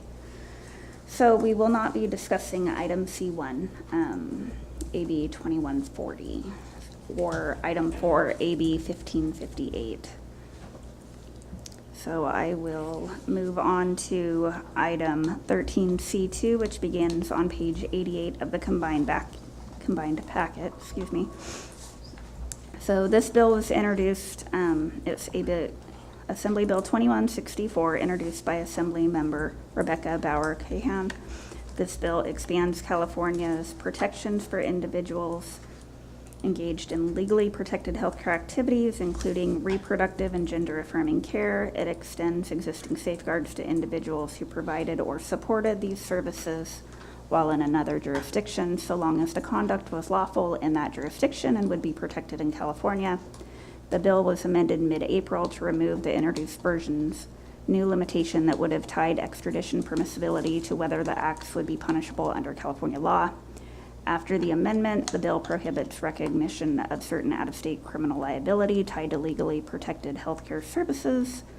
The bill is relevant to our licensees who may provide or support legally protected healthcare services across jurisdictions. The Legislative and Regulatory Affairs Committee is recommending that the board establish a position of support on the measure. So with the committee's recommendation serving as a motion, do the members have any questions or comments on this bill? Okay, seeing none, let's bring it to the public. Any comments or questions on AB 2164 and the motion to support the bill?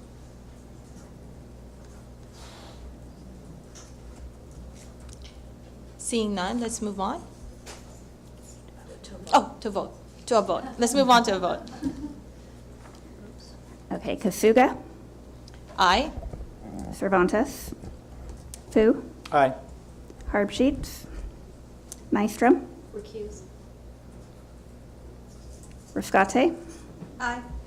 Rogers, Aye. Tate. Aye. Thank you, motion passes. The next item that we have is agenda item 13C, and this begins on page 99 of the combined packet.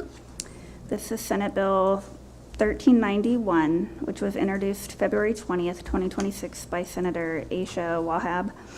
This bill requires boards, bureaus, and commissions within the Department of Consumer Affairs that offer a retired category of licensure to disclose that information on their internet websites While existing law authorizes boards to establish retired license categories by regulation, this bill adds a transparency requirement to ensure that information about such licensure options is publicly accessible. The board currently maintains information on its website to ensure compliance with disclosure requirements, including notice of the availability of a retired license category. Again, the Legislative and Regulatory Affairs Committee is recommending that the board establish a support position on the measure, with the committee's recommendation serving as the motion. Do the members have any questions or comments on this bill? So moved. I second. I don't believe we need a motion. You don't need a 'cause the- motion. It's already happened. The recommendation is a motion and the second, Okay. so it's just member comments, if you want. Call the roll. Public comment. Well, Well, we have to have comments. Thank you. I just also wanted to reiterate what Ms. Whitney said, that we are already following the same information with regards to our retired licensees. So the support position is just like reinforcing what we've already been practicing. Correct. We've been offering a retirement status since January 1, 2023. With that, any public comments on the motion at hand to support SB 1391? Seeing none, let's call the vote. Kasuga, Aye. Cervantes, Fu, Aye. Harbsheets, Nystrom, Recuse. Rascate, Aye. Rogers, Aye. Tate. Aye. Thank you, motion passes.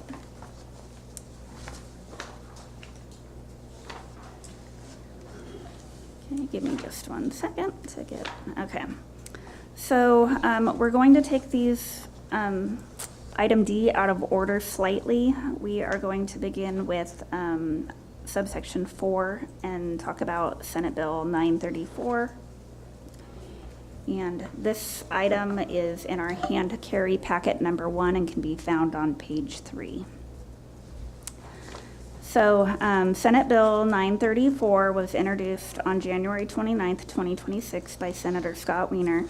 This bill expresses the legislature's intent to enact legislation that would provide individuals harmed by sexual orientation or gender identity change efforts performed by licensed mental health providers with additional time to seek civil remedies for those harms. Under existing law, engaging in sexual orientation change efforts with a patient under 18 years of age is considered unprofessional conduct and subject to disciplinary action by the provider's licensing board. A motion was made at the April 24th, 2026 Legislative and Regulatory Affairs Committee meeting to recommend a support position to the full board. However, after further discussion, the motion was voted down. The committee did receive an opposition letter from the International Foundation for Therapeutic and Counseling Choice, which was included in these materials as well. The committee ended the discussion by requesting a full analysis of Senate Bill 934, which was also included in the meeting materials in this item. The board is monitoring this bill because it relates directly to sexual orientation change efforts by licensed mental health providers, which are regulated as unprofessional conduct and fall within the board's disciplinary authority. I would like to clarify that this bill does not reopen the broader debate surrounding conversion therapy. The bill is intended to provide individuals with sufficient time to pursue civil remedies. This item is for information purposes only. The bill is, there is no action required at this time because the Legislative and Regulatory Affairs Committee did not take a position. However, I'm happy to answer any questions that the board may have. Thank you, Ms. Whitney. I just wanted to add a little bit of context on what transpired during the Legislative and Regulatory Affairs Committee. Basically, we got a very robust discussion of both. I think we received a hand carry letter in support of the bill, as well as public comments that are in opposition, and because of that, we required a bill analysis. And this can be found on the hand carry item number 1, page 13 of 27, where that was provided by board staff. And based off of the review of this, I think that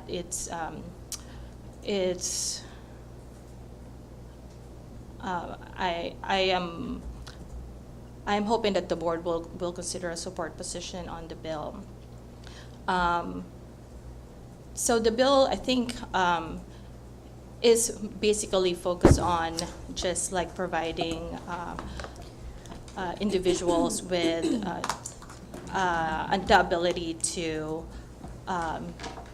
for civil remedies, and that's basically just allowing victims that may want to pursue civil remedies to be able to do so beyond statutory limits. So it's expanding the statutory limitations. And I think that as a consumer protection agency, that it's aligned with what we are. We want to make sure that that we support anything that allows for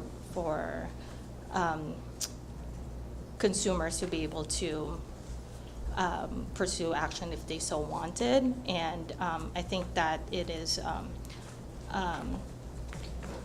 part of it's aligned with what the board is mandated to do with regards to consumer protection. And I think that like such statutory limits shouldn't be the reason why someone is not able to pursue justice. So with that, I'd like to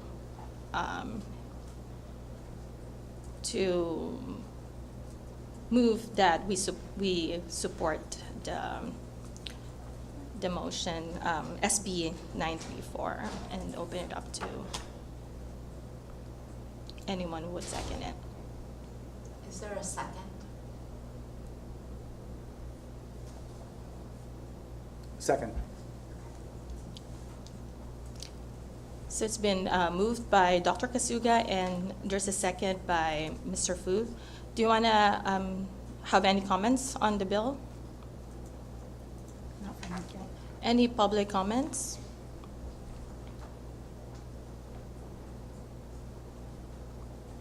Seeing none. Let's call for a vote. Kasuga, Aye. Cervantes, Fu, Aye. Hardsheets, Nystrom, Recuse. Rascate, Aye. Rogers, Aye. Tate. Aye. Thank you, motion passes. Thank you.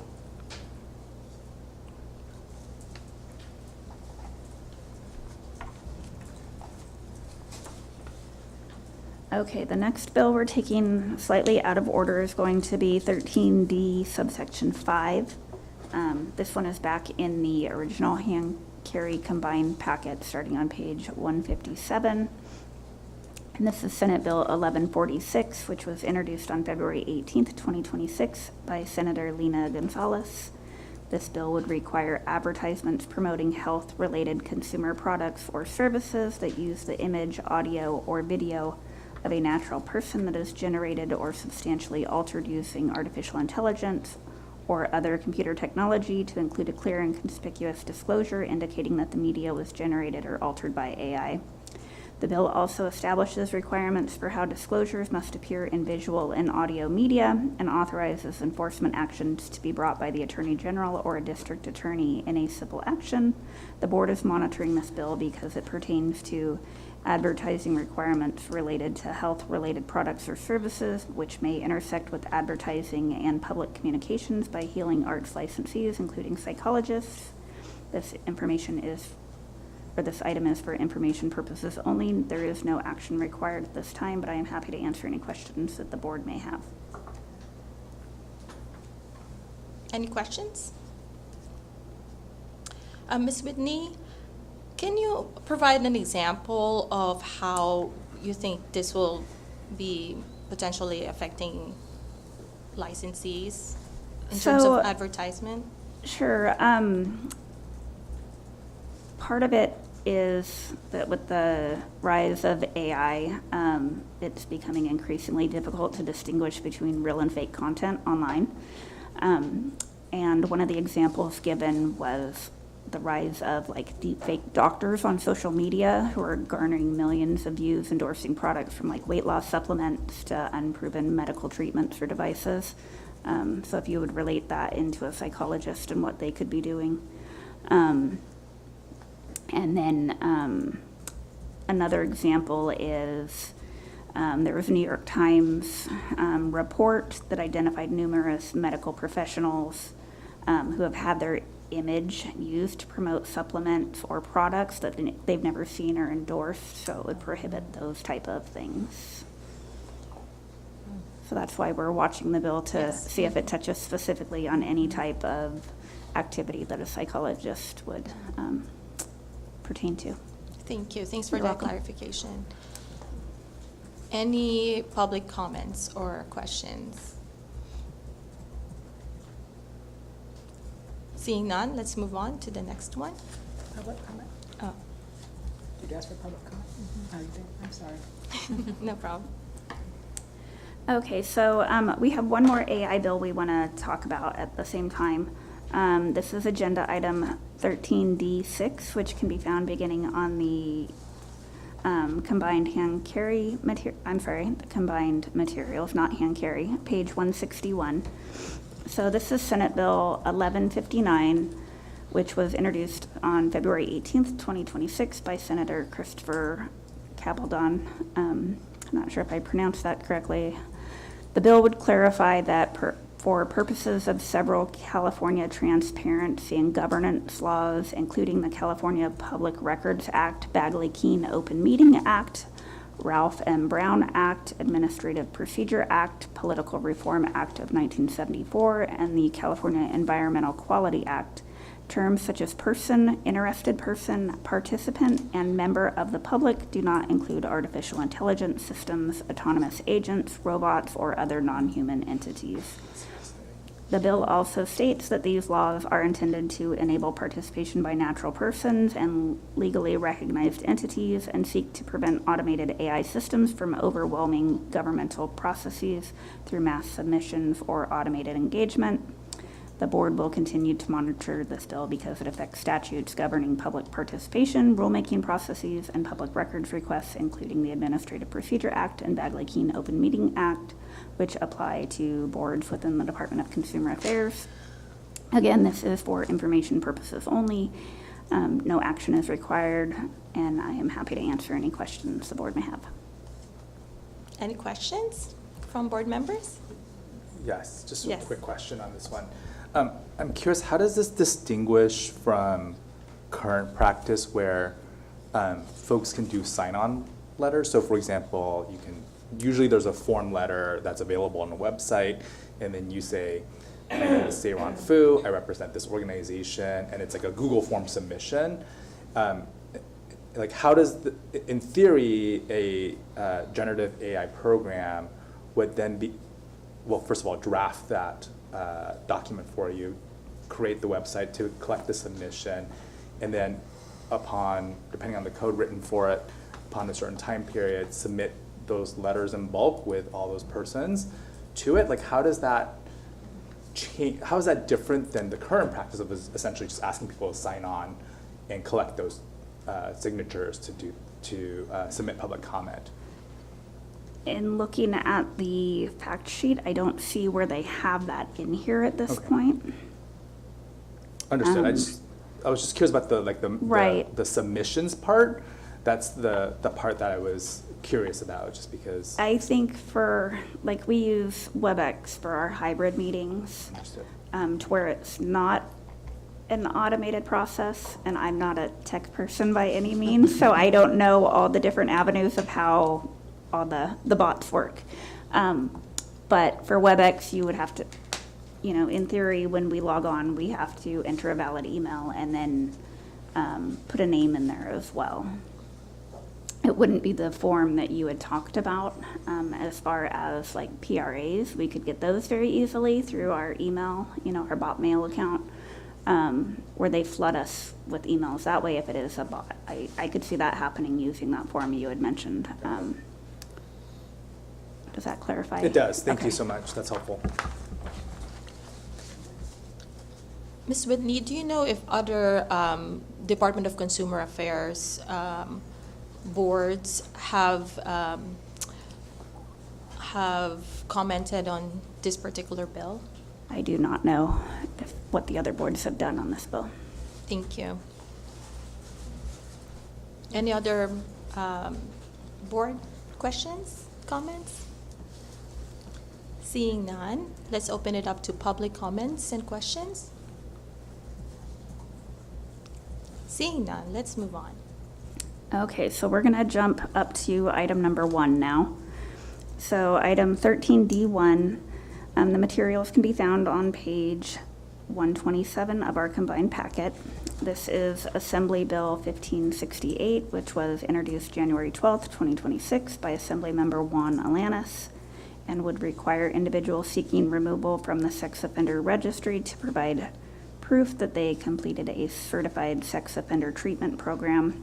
While the bill does not directly amend the board's statutory and regulatory authority, staff are monitoring the bill because the board has enforcement and disciplinary provisions related to sex offense-related conduct.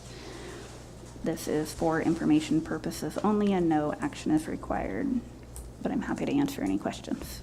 We'll take answers for all the remaining watch bills at the end. Okay. Thank you.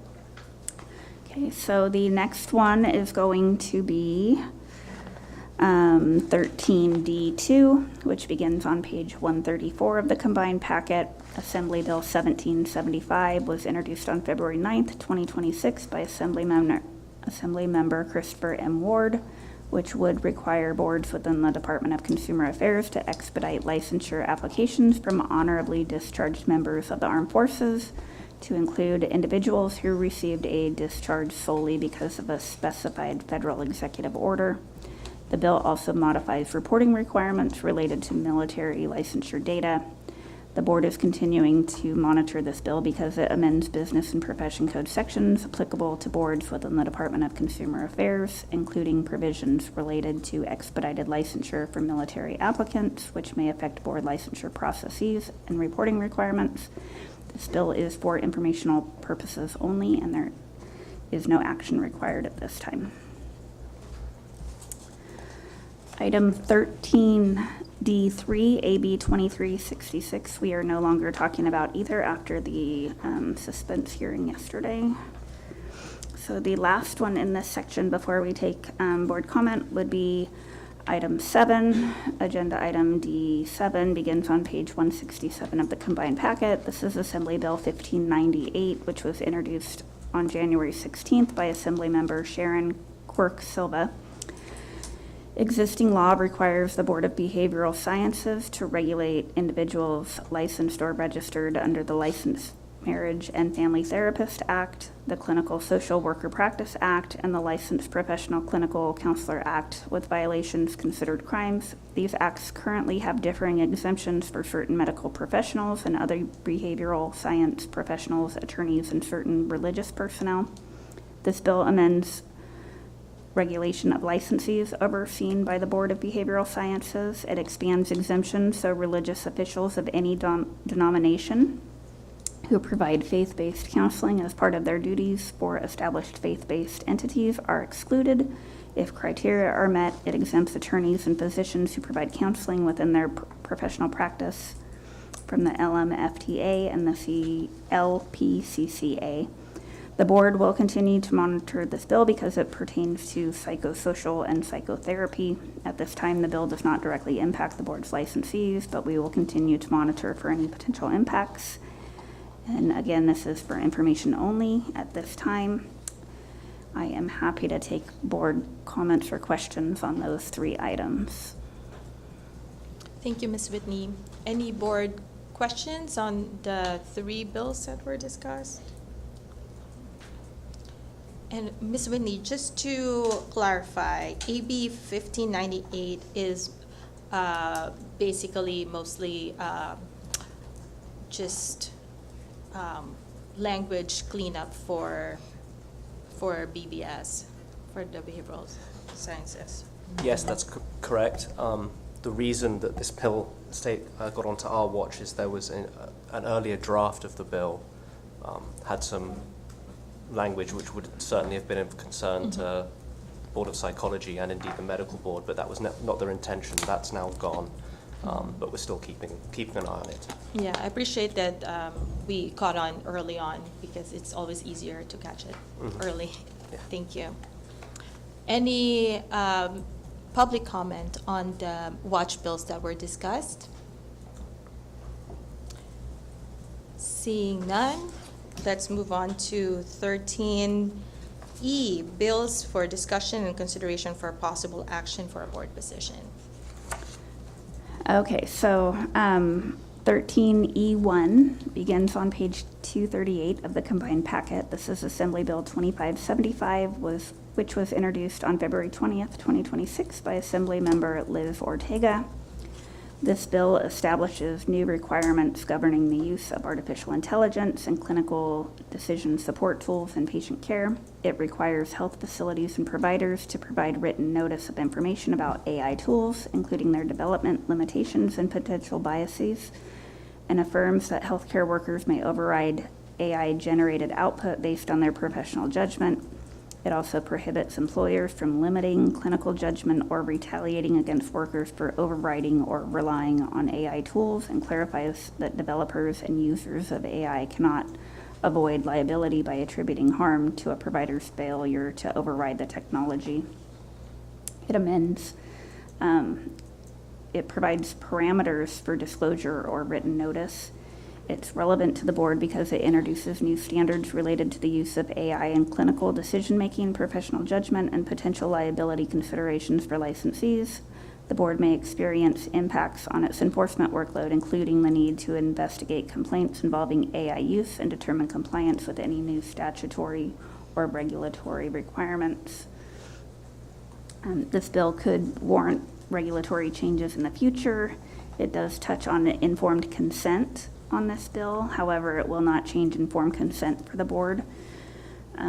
Board staff is recommending the board take a support position if amended and requests the following amendment on AB 2575, that we would clarify whether a violation of this section by a licensee of the Board of Psychology is subject to enforcement. The bill specifically states right now licensees of the Medical Board of California or Osteopathic Medical Board of California is why we would like that clarification. Okay, thank you, Ms. Bidney. You're welcome. Yes? Just a quick question. What are the conversations like with this bill in context with SB 903? As I think they're fairly similar. I'm just curious if there's any issues around chaptering out, for example, or if there are any amendments needed for the bill so that there's not inconsistencies between what's in SB 903 and in this bill. I'm going to invite Mr. Phillips to come up to see on the enforcement side if he has any insight on that. I know you guys have done a very thorough review on 903.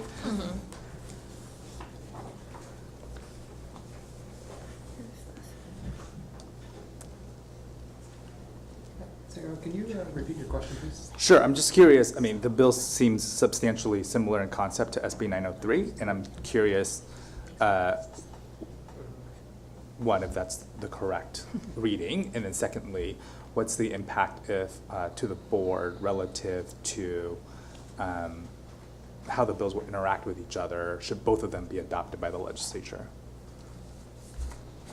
So there is a little bit of overlap between them in terms of enforcement and how they would be kind of investigated and looked at. Mostly concerning intake, how we would process them at intake. After that, I would have to look more into how they would possibly interact with each other in that sense. Yeah, no worries. That's really helpful. Really appreciate it, and that's just something for us. It's just a question I have given the request for action to support the bill, and so I want to make sure that we're not actually supporting something that would conflict with our other bill that we're supporting on SB 903. Right, so in this one, and it touches based on the public comment we had earlier too about the AI environment and the workforce. The intent of this one is to, healthcare workers, it says, may bear liability or face retaliation over using an automated system. So this is helping to allow the licensees to be able to override that and use their professional judgment and not be retaliated against for that. So it is protecting the training and expertise of the licensees. Understood. That's really helpful. Really appreciate it. And I also just checked that this 2575 amends the Civil Code and 903 amends our Business and Professions Code. So while similar in concept, they will be amending different parts of the our codes, so that I don't think how they work together will be fascinating, but I think impact us differently in different ways given the different parts of the code. So yeah, no further questions from me, and happy to move the supportive amended position. So it's been moved by Mr. Fu and second by Dr. Tate. And just to add to the discussion, I think that with the new AI environment, there are different angles that would be covered, and I'm anticipating that's why we're seeing a lot more bills related to AI. And I think that I appreciate the importance of looking at each bill and what it covers.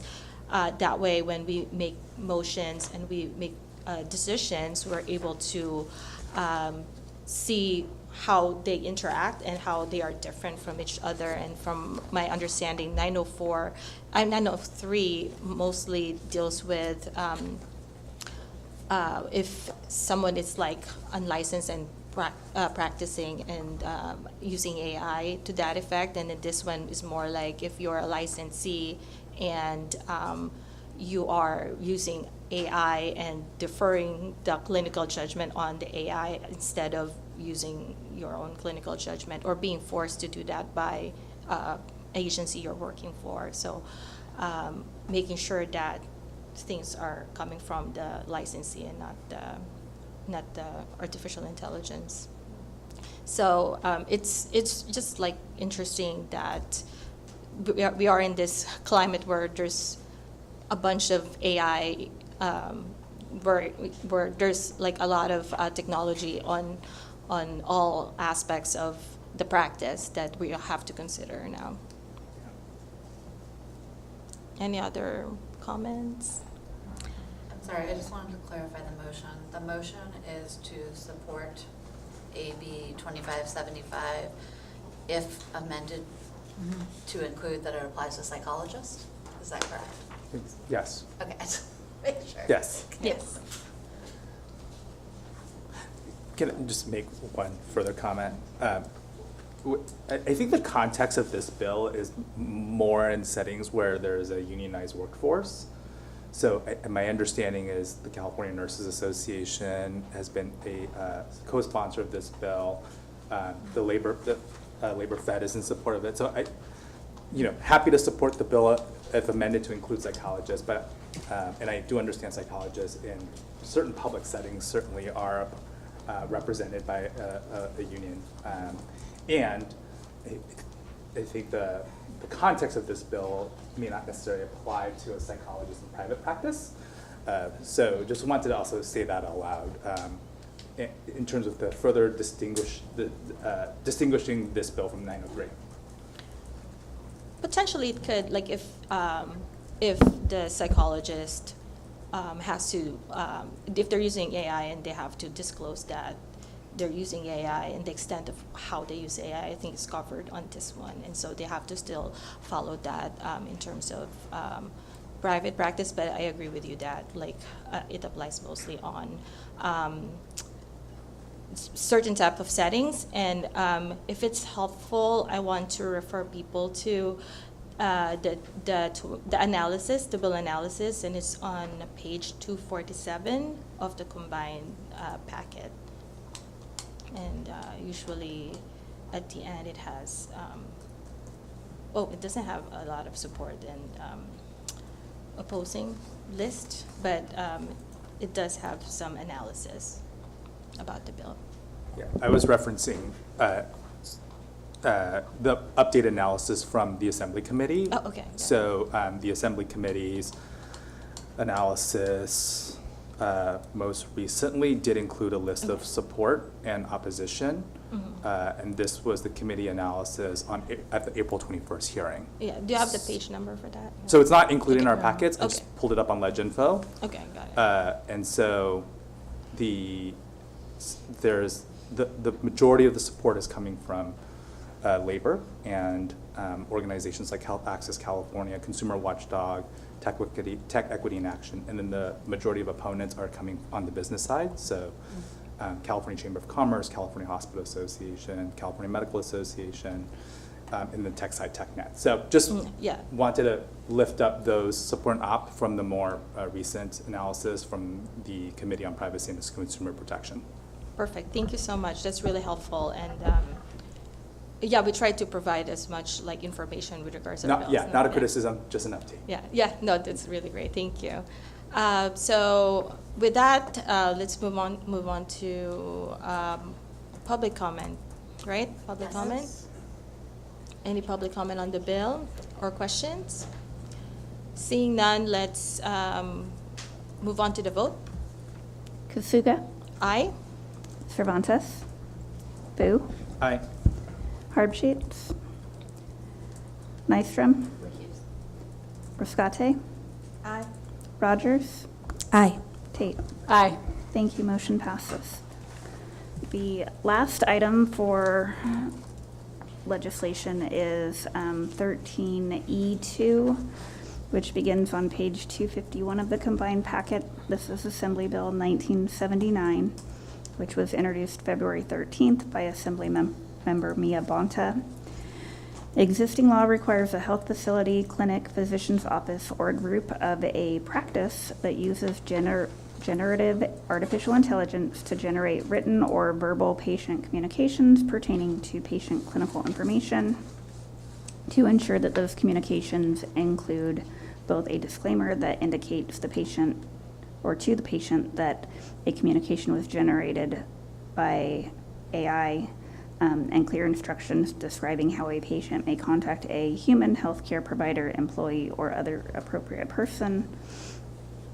This bill would require a health facility, clinic, physician's office, or a group of practice to ensure that no clinical decision is based solely on the output of a clinical decision support system as defined, and that a licensed healthcare professional exercises independent judgment when reviewing and approving a clinical decision that is based on the output of a clinical decision support system. The bill authorizes the appropriate professional licensing board to pursue an injunction or restraining order to enforce these provisions to the extent that a violation constitutes the practice of a healthcare profession without a license. The bill would specify that these provisions do not prohibit the use of AI for documentation and communication that does not involve the application of professional judgment, including automated messages to inform patients of updates to their health records. By placing new requirements on health facilities and clinics, the bill would expand the scope of a crime and would impose a state-mandated local program.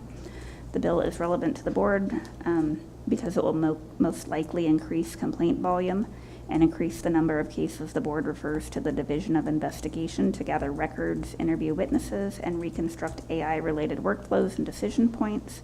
It will also increase expert costs and time to evaluate whether the conduct involved professional judgment or license functions and to interpret technical documentation. The board staff is recommending that the board take a support position on this item. Are there any board comments or questions? Or motion? So moved. I'll Okay. second. It's been moved by Mr. Fu and second by Dr. Tate. And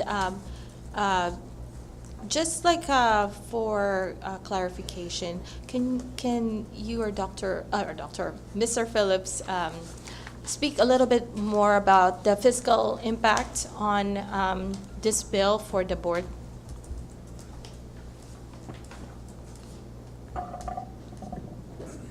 I can speak a little bit. He can speak more on specific costs and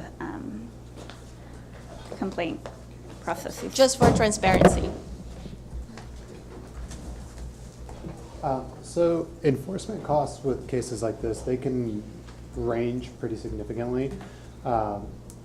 Expert reviews can generally be anywhere from a few hundred to a little over $2,000. A completed Division of Investigation, which is the sworn law enforcement branch of Department of Consumer Affairs, that can cost anywhere from, I think the lowest I've ever seen is about $4,000 all the way up to $20,000, followed by an additional expert review and any cost incurred by the Attorney General's office.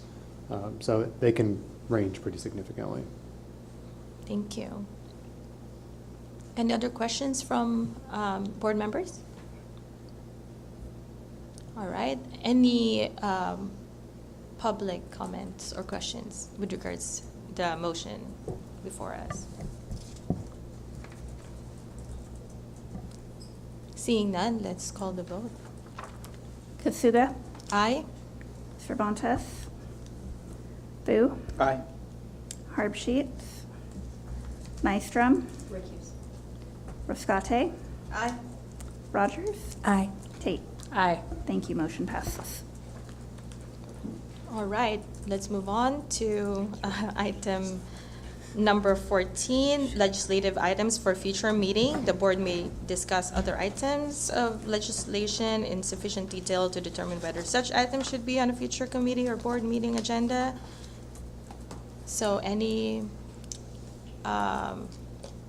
future items, legislative items?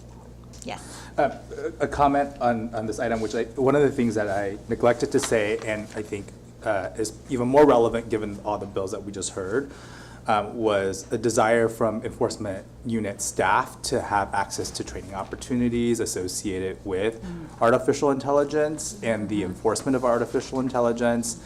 And I suspect this crosses across our boards, and so to the extent which if there's an economies of scale where DCA might have opportunities for training related to the use of artificial intelligence and the enforcement of artificial intelligence for purpose of consumer protection, I know our enforcement unit staff would really appreciate it, and perhaps the department could graciously cover the expenses associated with it. I know the budget outlook is looking better and better, so given the fact that it looks like we're going to have a No deficit.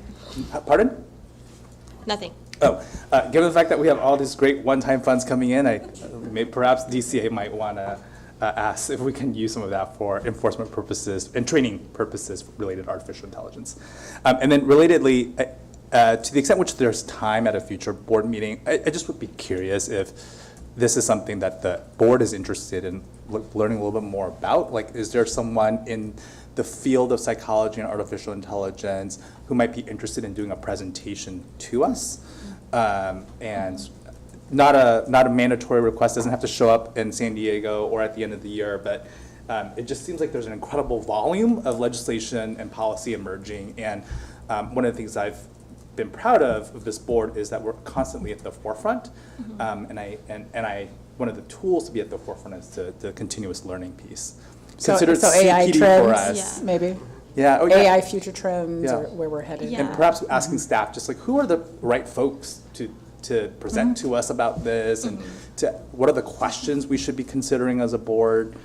Maybe it's something for when we have a longer two-day session. Yes. But Say, it may not happen in '26. no, yeah, Yes. no, I fully understand that. Yes. But just wanted to get ahead of that. I actually was thinking exactly that now that we are in Silicon Valley adjacent in the Bay Area, and with all the AI bills, I think that maybe next year it would be good if we have someone from the Bay Area that is either a licensee or one of these artificial intelligence companies that support psychologists to come forward and share information, Yeah. especially since if some of these are implemented, then we have like a year run of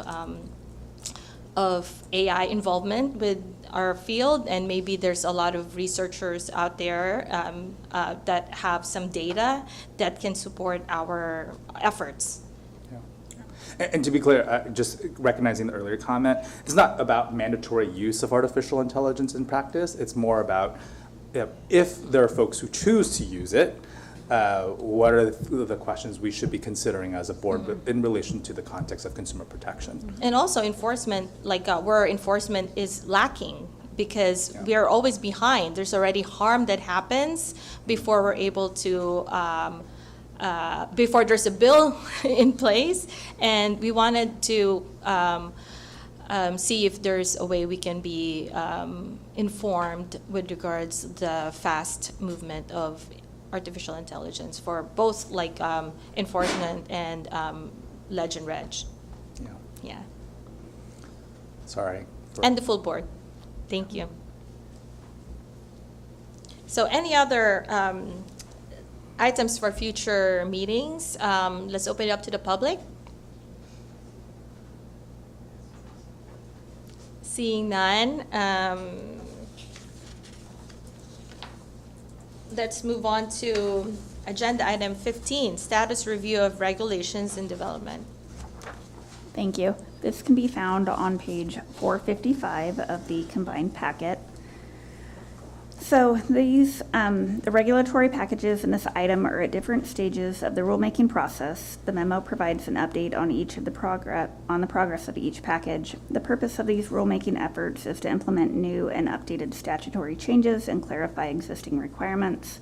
This item is for informational purposes only, and I do have several updates, and then I would be happy to answer any questions. The first update is on subsection A, the disciplinary guidelines and uniform standards related to substance abusing licensees.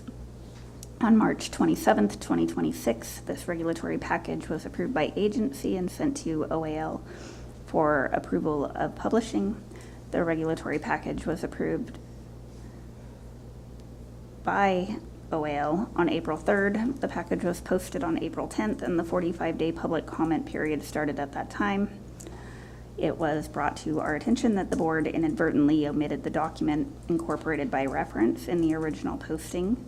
The board has extended the public comment period while adding the document incorporated by reference to address the oversight and allow for the public to have appropriate time to review the amendments to the regulation as well as the document incorporated by reference. The board posted the disciplinary guidelines and uniform standards related to substance abusing licensees rulemaking documents to its website on Friday, May 1st, and the extended 45-day comment period started at that time,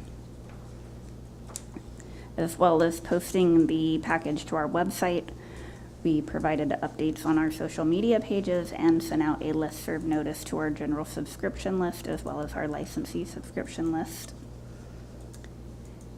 Do you want to take comment now or after all three? After all three? Dan, thank you. Okay. So one of the other updates is subsection B. This is the standards of practice for telehealth services.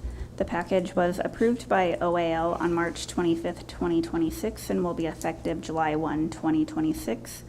The board is working on implementation plans as applicable, including updates to any procedures, advisories, and our website. And the last item is subsection F, the examinations, which was the TOEFL package. This was a Section 100 package approved by OAL, and it became effective on March 30th, 2026. Again, we are working on implementation plans, including updates to any procedures, advisories, and websites. I'm happy to take any questions on those three. Okay, Mr. Fu. No questions. I just want to say thank you to all of our stakeholders on the telehealth practices work. Dr. Winkleman, thank you for your extraordinary partnership over 3 years to get us through this point where I think we struck the right balance between consumer protection and also the practicalities of doing this work. And so just want to extend our gratitude to you, Dr. Winkleman, for your efforts and to be self-congratulatory as a member of the ad hoc committee telehealth to say that we got a reg package through in the speedy 3-year time period, which is pretty good for a reg package. So Yes. considering the fact that I think CPD took like a decade and a half. So yeah, that is all. Yes, congratulations. Thank you. I appreciate that. Okay, any other board member comments? Seeing none. Any public comments on the agenda item number 15? Seeing none, that concludes my section. Perfect. Thank you, Dr. Kasuga. Agenda item 16 is the update and discussion on the APA Model Act. Mr. Burke. Thank you, Dr. Tate. This is an informational item for the board and public. The American Psychological Association publishes a model licensing act. It has no force of law in California or anywhere else. It's just guidelines with language that could be borrowed were we to want to amend our Practice Act. And they updated it in 2025 from, it's a draft at this time. The previous published one was in 2010. But there are two quite interesting areas that I thought would be useful for the board to know. It does contain a master's level health service psychology licensure. They're called, they're potentially to be called licensed practitioner of psychology, which would be a master's level. And there's also some new language surrounding applied psychology title provisions. The materials are in, sorry, I didn't do that. Say page number. Hand carry number 3, page 28. And it includes a copy of both the 2010 Practice Act, Model Practice Act, and the 2025 one. At the the Legislative and Regulatory Affairs Committee, there were some questions surrounding if this is imminent, if there's any movement for this in California. At this time, there's none. This is just purely an informational update, but there were some questions about statistics related to master's level practice in under the auspices of ASPPB, because they're the ones that have the data on their jurisdictions, and there's 66 various US territories as well as Canadian provinces. Currently 22 jurisdictions have some form of master's level psychology practice, either independent or under supervision. California is one of them with Psychological Associates. But there are only 6 jurisdictions that currently have an independent master's level psychologist category. And these are Alberta, Newfoundland and Labrador, Nova Scotia, Saskatchewan and the Northwest Territories in Canada, and Vermont is the only US state that seems to have that. That's all I have on this item. I can answer any questions you have at this time. Thank you. Thank you, Mr. Burke. Any board comment, questions regarding this informational item? Dr. Kasuga? I just wanted to share that when this was discussed during the Legislative and Regulatory Affairs Committee meeting, that Dr. Cervantes, who's not here today, brought up that, like, if there were in the future any legislation that that creates a master's level psychology practice in California, that the Board of Psychology should be that it should be housed in the Board of Psychology, or anything related to psychological services, that the Board of Psychology would probably be the most appropriate board to handle those licensees. But again, this is not in any horizon currently. Thank you. Any other board comment on this item? Any public comment on this item? Please come forward, have a seat. On the microphone. Okay. Thank you.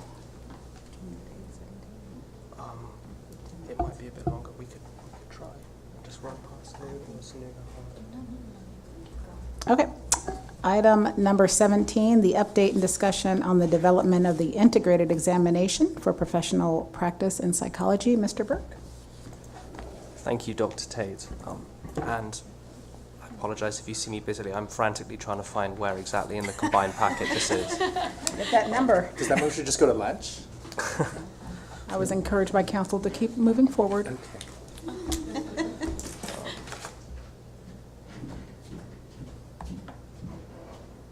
I'm still looking, I'm scrolling. I apologize.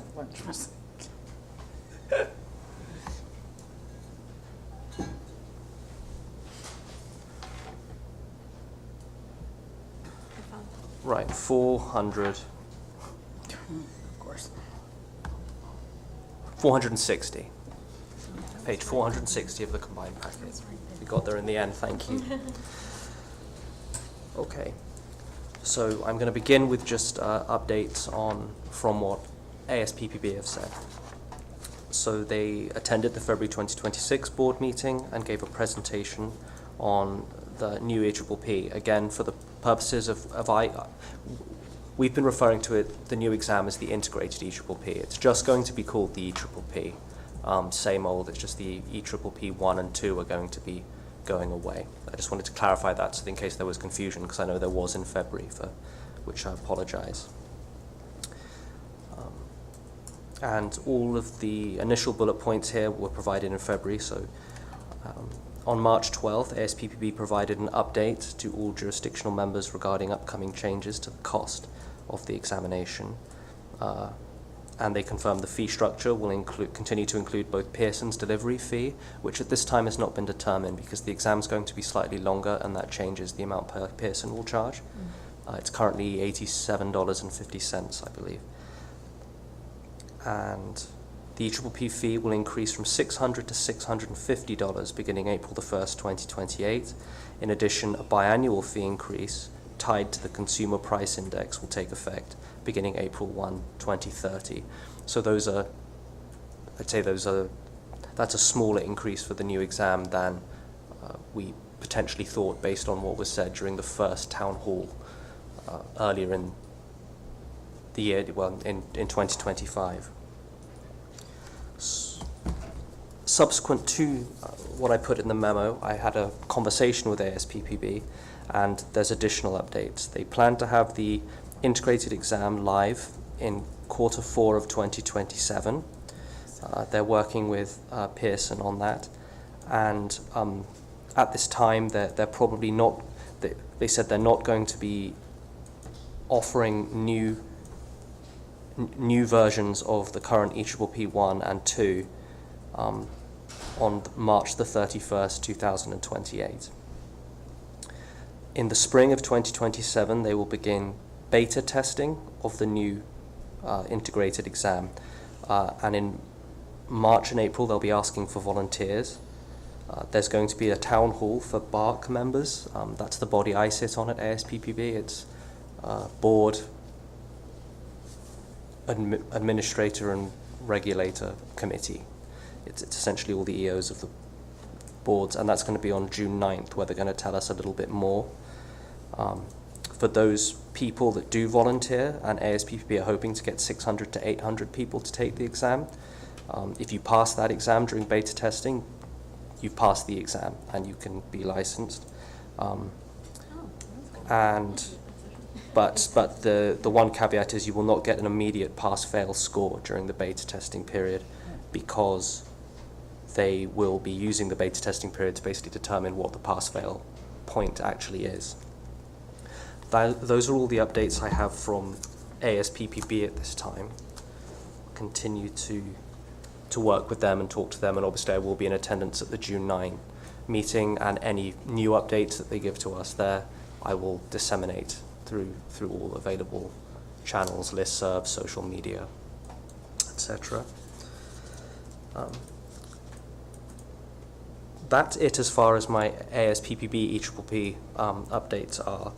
But in February there were questions again surrounding developing our own version of the exam, which the Office of Professional Examination Services has done that for us previously, and it was deemed by at that time by the board that it was cost prohibitive and to not do that. And included in the materials is their cost estimate, which was provided previously, of developing a new exam and then maintaining it going forward. And then I come to my conversations with my counterpart in Texas. Texas, as you know, is beginning the process of developing their own exam. It's not going to be, the soonest it could probably be available is around 2030.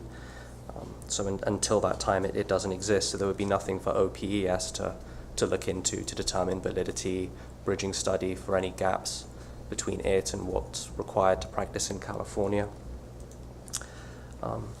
But they had their May 7th committee meeting. The Texas Board of Psychology is a committee under a larger body, and they approved the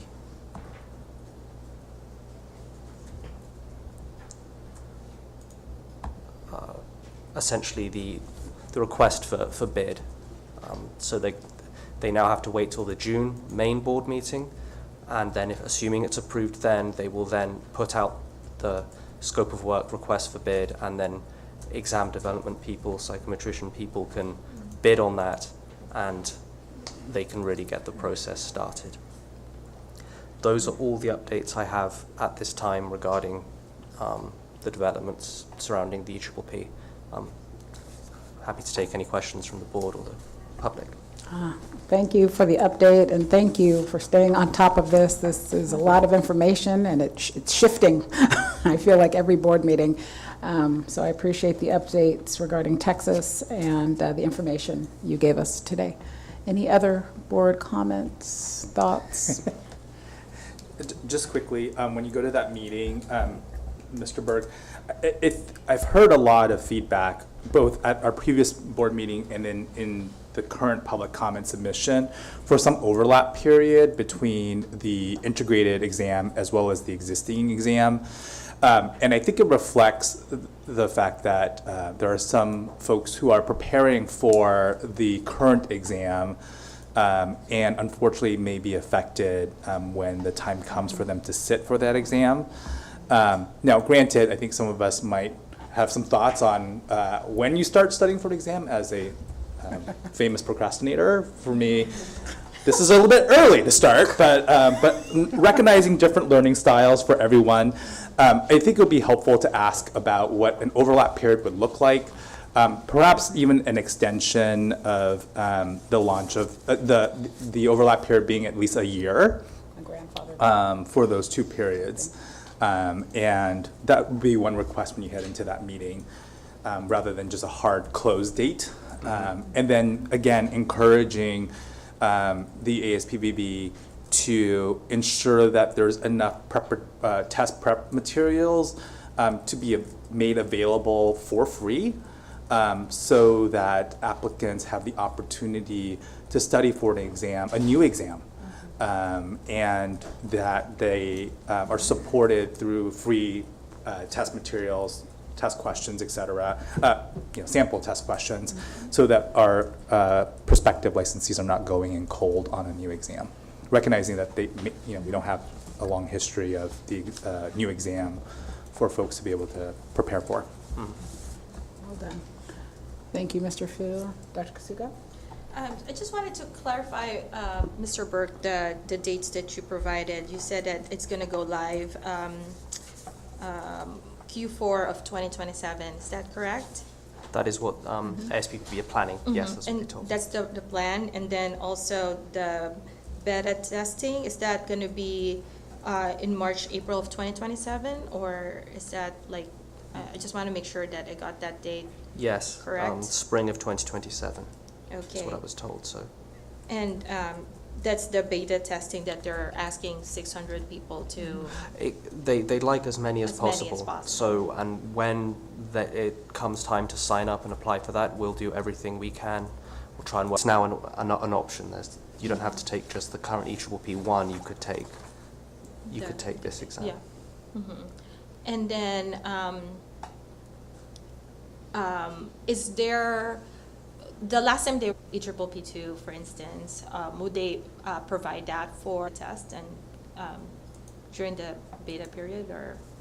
a version I of think it? during the beta testing period, you'd be able to take, you could volunteer to take the updated exam, or you could opt to take the current EPPP 1 or 2. So like I can do it. Or I thought it was like helpful to see if that's still an option for this time. I think it's informational, and I am able to report back to the board the experience of, the test. Okay, no, For thank you. whatever that's worth. Any other board comment? Shelley, can we take public comment after? Or do it now? You can or you can do it now. I mean, the next one is going to be like 2 minutes. You could just be done in 5 minutes. Let's take public comment. Oh, we Hi, have, Dr. Winkleman. Oh, we have board staff It's okay. oh, as well. I'm sorry. It's fine. Hi, Elizabeth Winkleman again with CPA. I just had a quick question, and that is, and it may have already been resolved, but we had previously discussed whether the supervised, before taking the integrated EPPP, and I was wondering if that has been resolved as it's relevant to the implementation of AB 282, which is designed to streamline the licensure process and allow applicants to take the exam after they have completed all their academic coursework for their doctoral degree, but would not necessarily, they could complete their supervised professional experience, but would not necessarily be required to do so.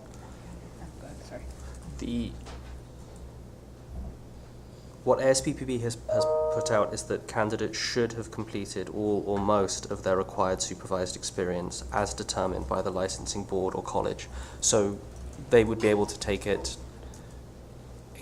AB 282 would still apply, but they are advising that you wait until most of your SP hours are done, if that makes sense, which could have, it's going to be interesting to see, because one of the main drivers of AB 282 was to try and change the passage rate in the right direction, and ASPPB advising this, it could be problematic, but they will be able to take it with some SPE, not necessarily all. I guess kind of as a follow-up comment, I think that it would be good to clarify is if it's required or suggested. There's quite a big difference between being, required or suggested. So, thank you.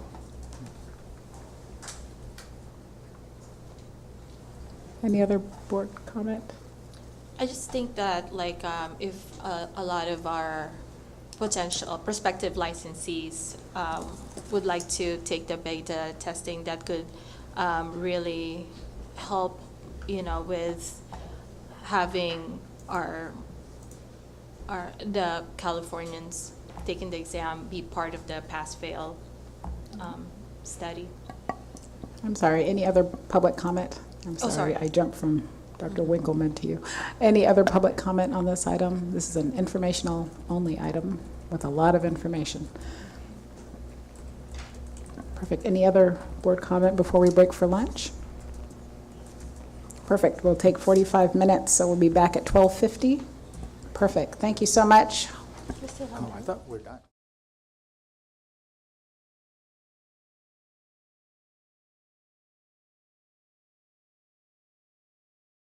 Yeah, I was like, are we done?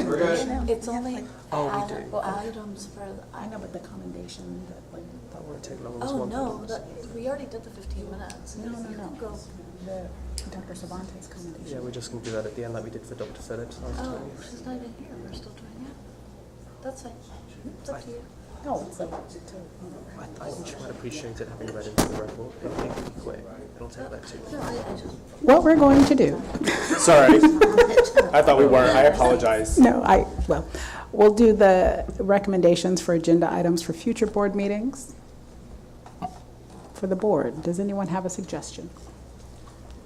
I do have a mindfulness suggestion for our next board meeting. Perfect. So I think do you have that, Ms. Whitney? And also, I'm interested in that CDCR presentation. I don't think it's going to make it for 2026, but 2027, I'd like to hear about what's going on in that CDCR. direction. I think that's good, yeah. And also not for the agenda, but Mr. Fu, an article from you, just throwing that out there. Heard and received. Any other board member for a suggestion?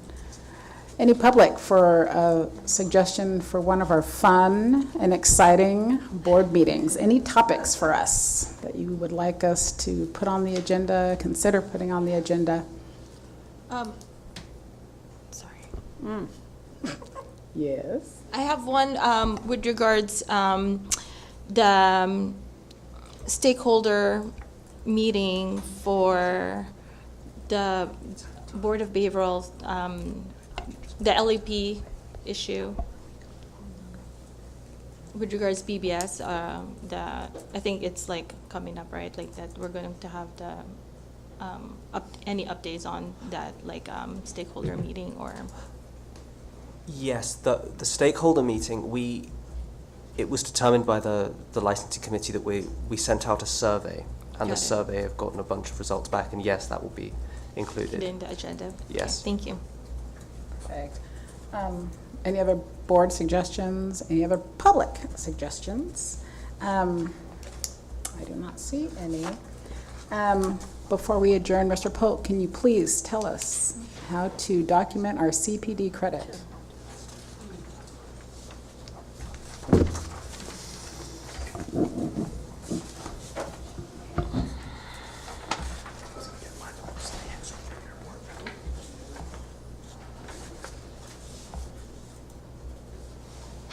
Thank you for attending the board meeting today. For attending the full duration of today's meeting, since this meeting went past the 3-hour mark. 6 hours under CPD category number 1, attendance at a California Board of Psychology meeting will be credited. For your CPD records, please notate today's date as May 15th, 2026. The name of today's meeting, which is board meeting, and 6 hours for your records. Again, please maintain this record as certificates of attendance will not be provided after the meeting. Again, since today's meeting was designated as in-person meeting, CPD credit will not be given for viewing the meeting through the webcast, as the webcast was for streaming purposes only, and there was no option to interact during the public comment periods. Thank you again for attending the board meeting, and please sign out on the attendance sheet before leaving today. Thank you. Thank you so much. And thank you to everyone for coming. Hope to see you in sunny San Diego. Thank you. Gavel. Thank you.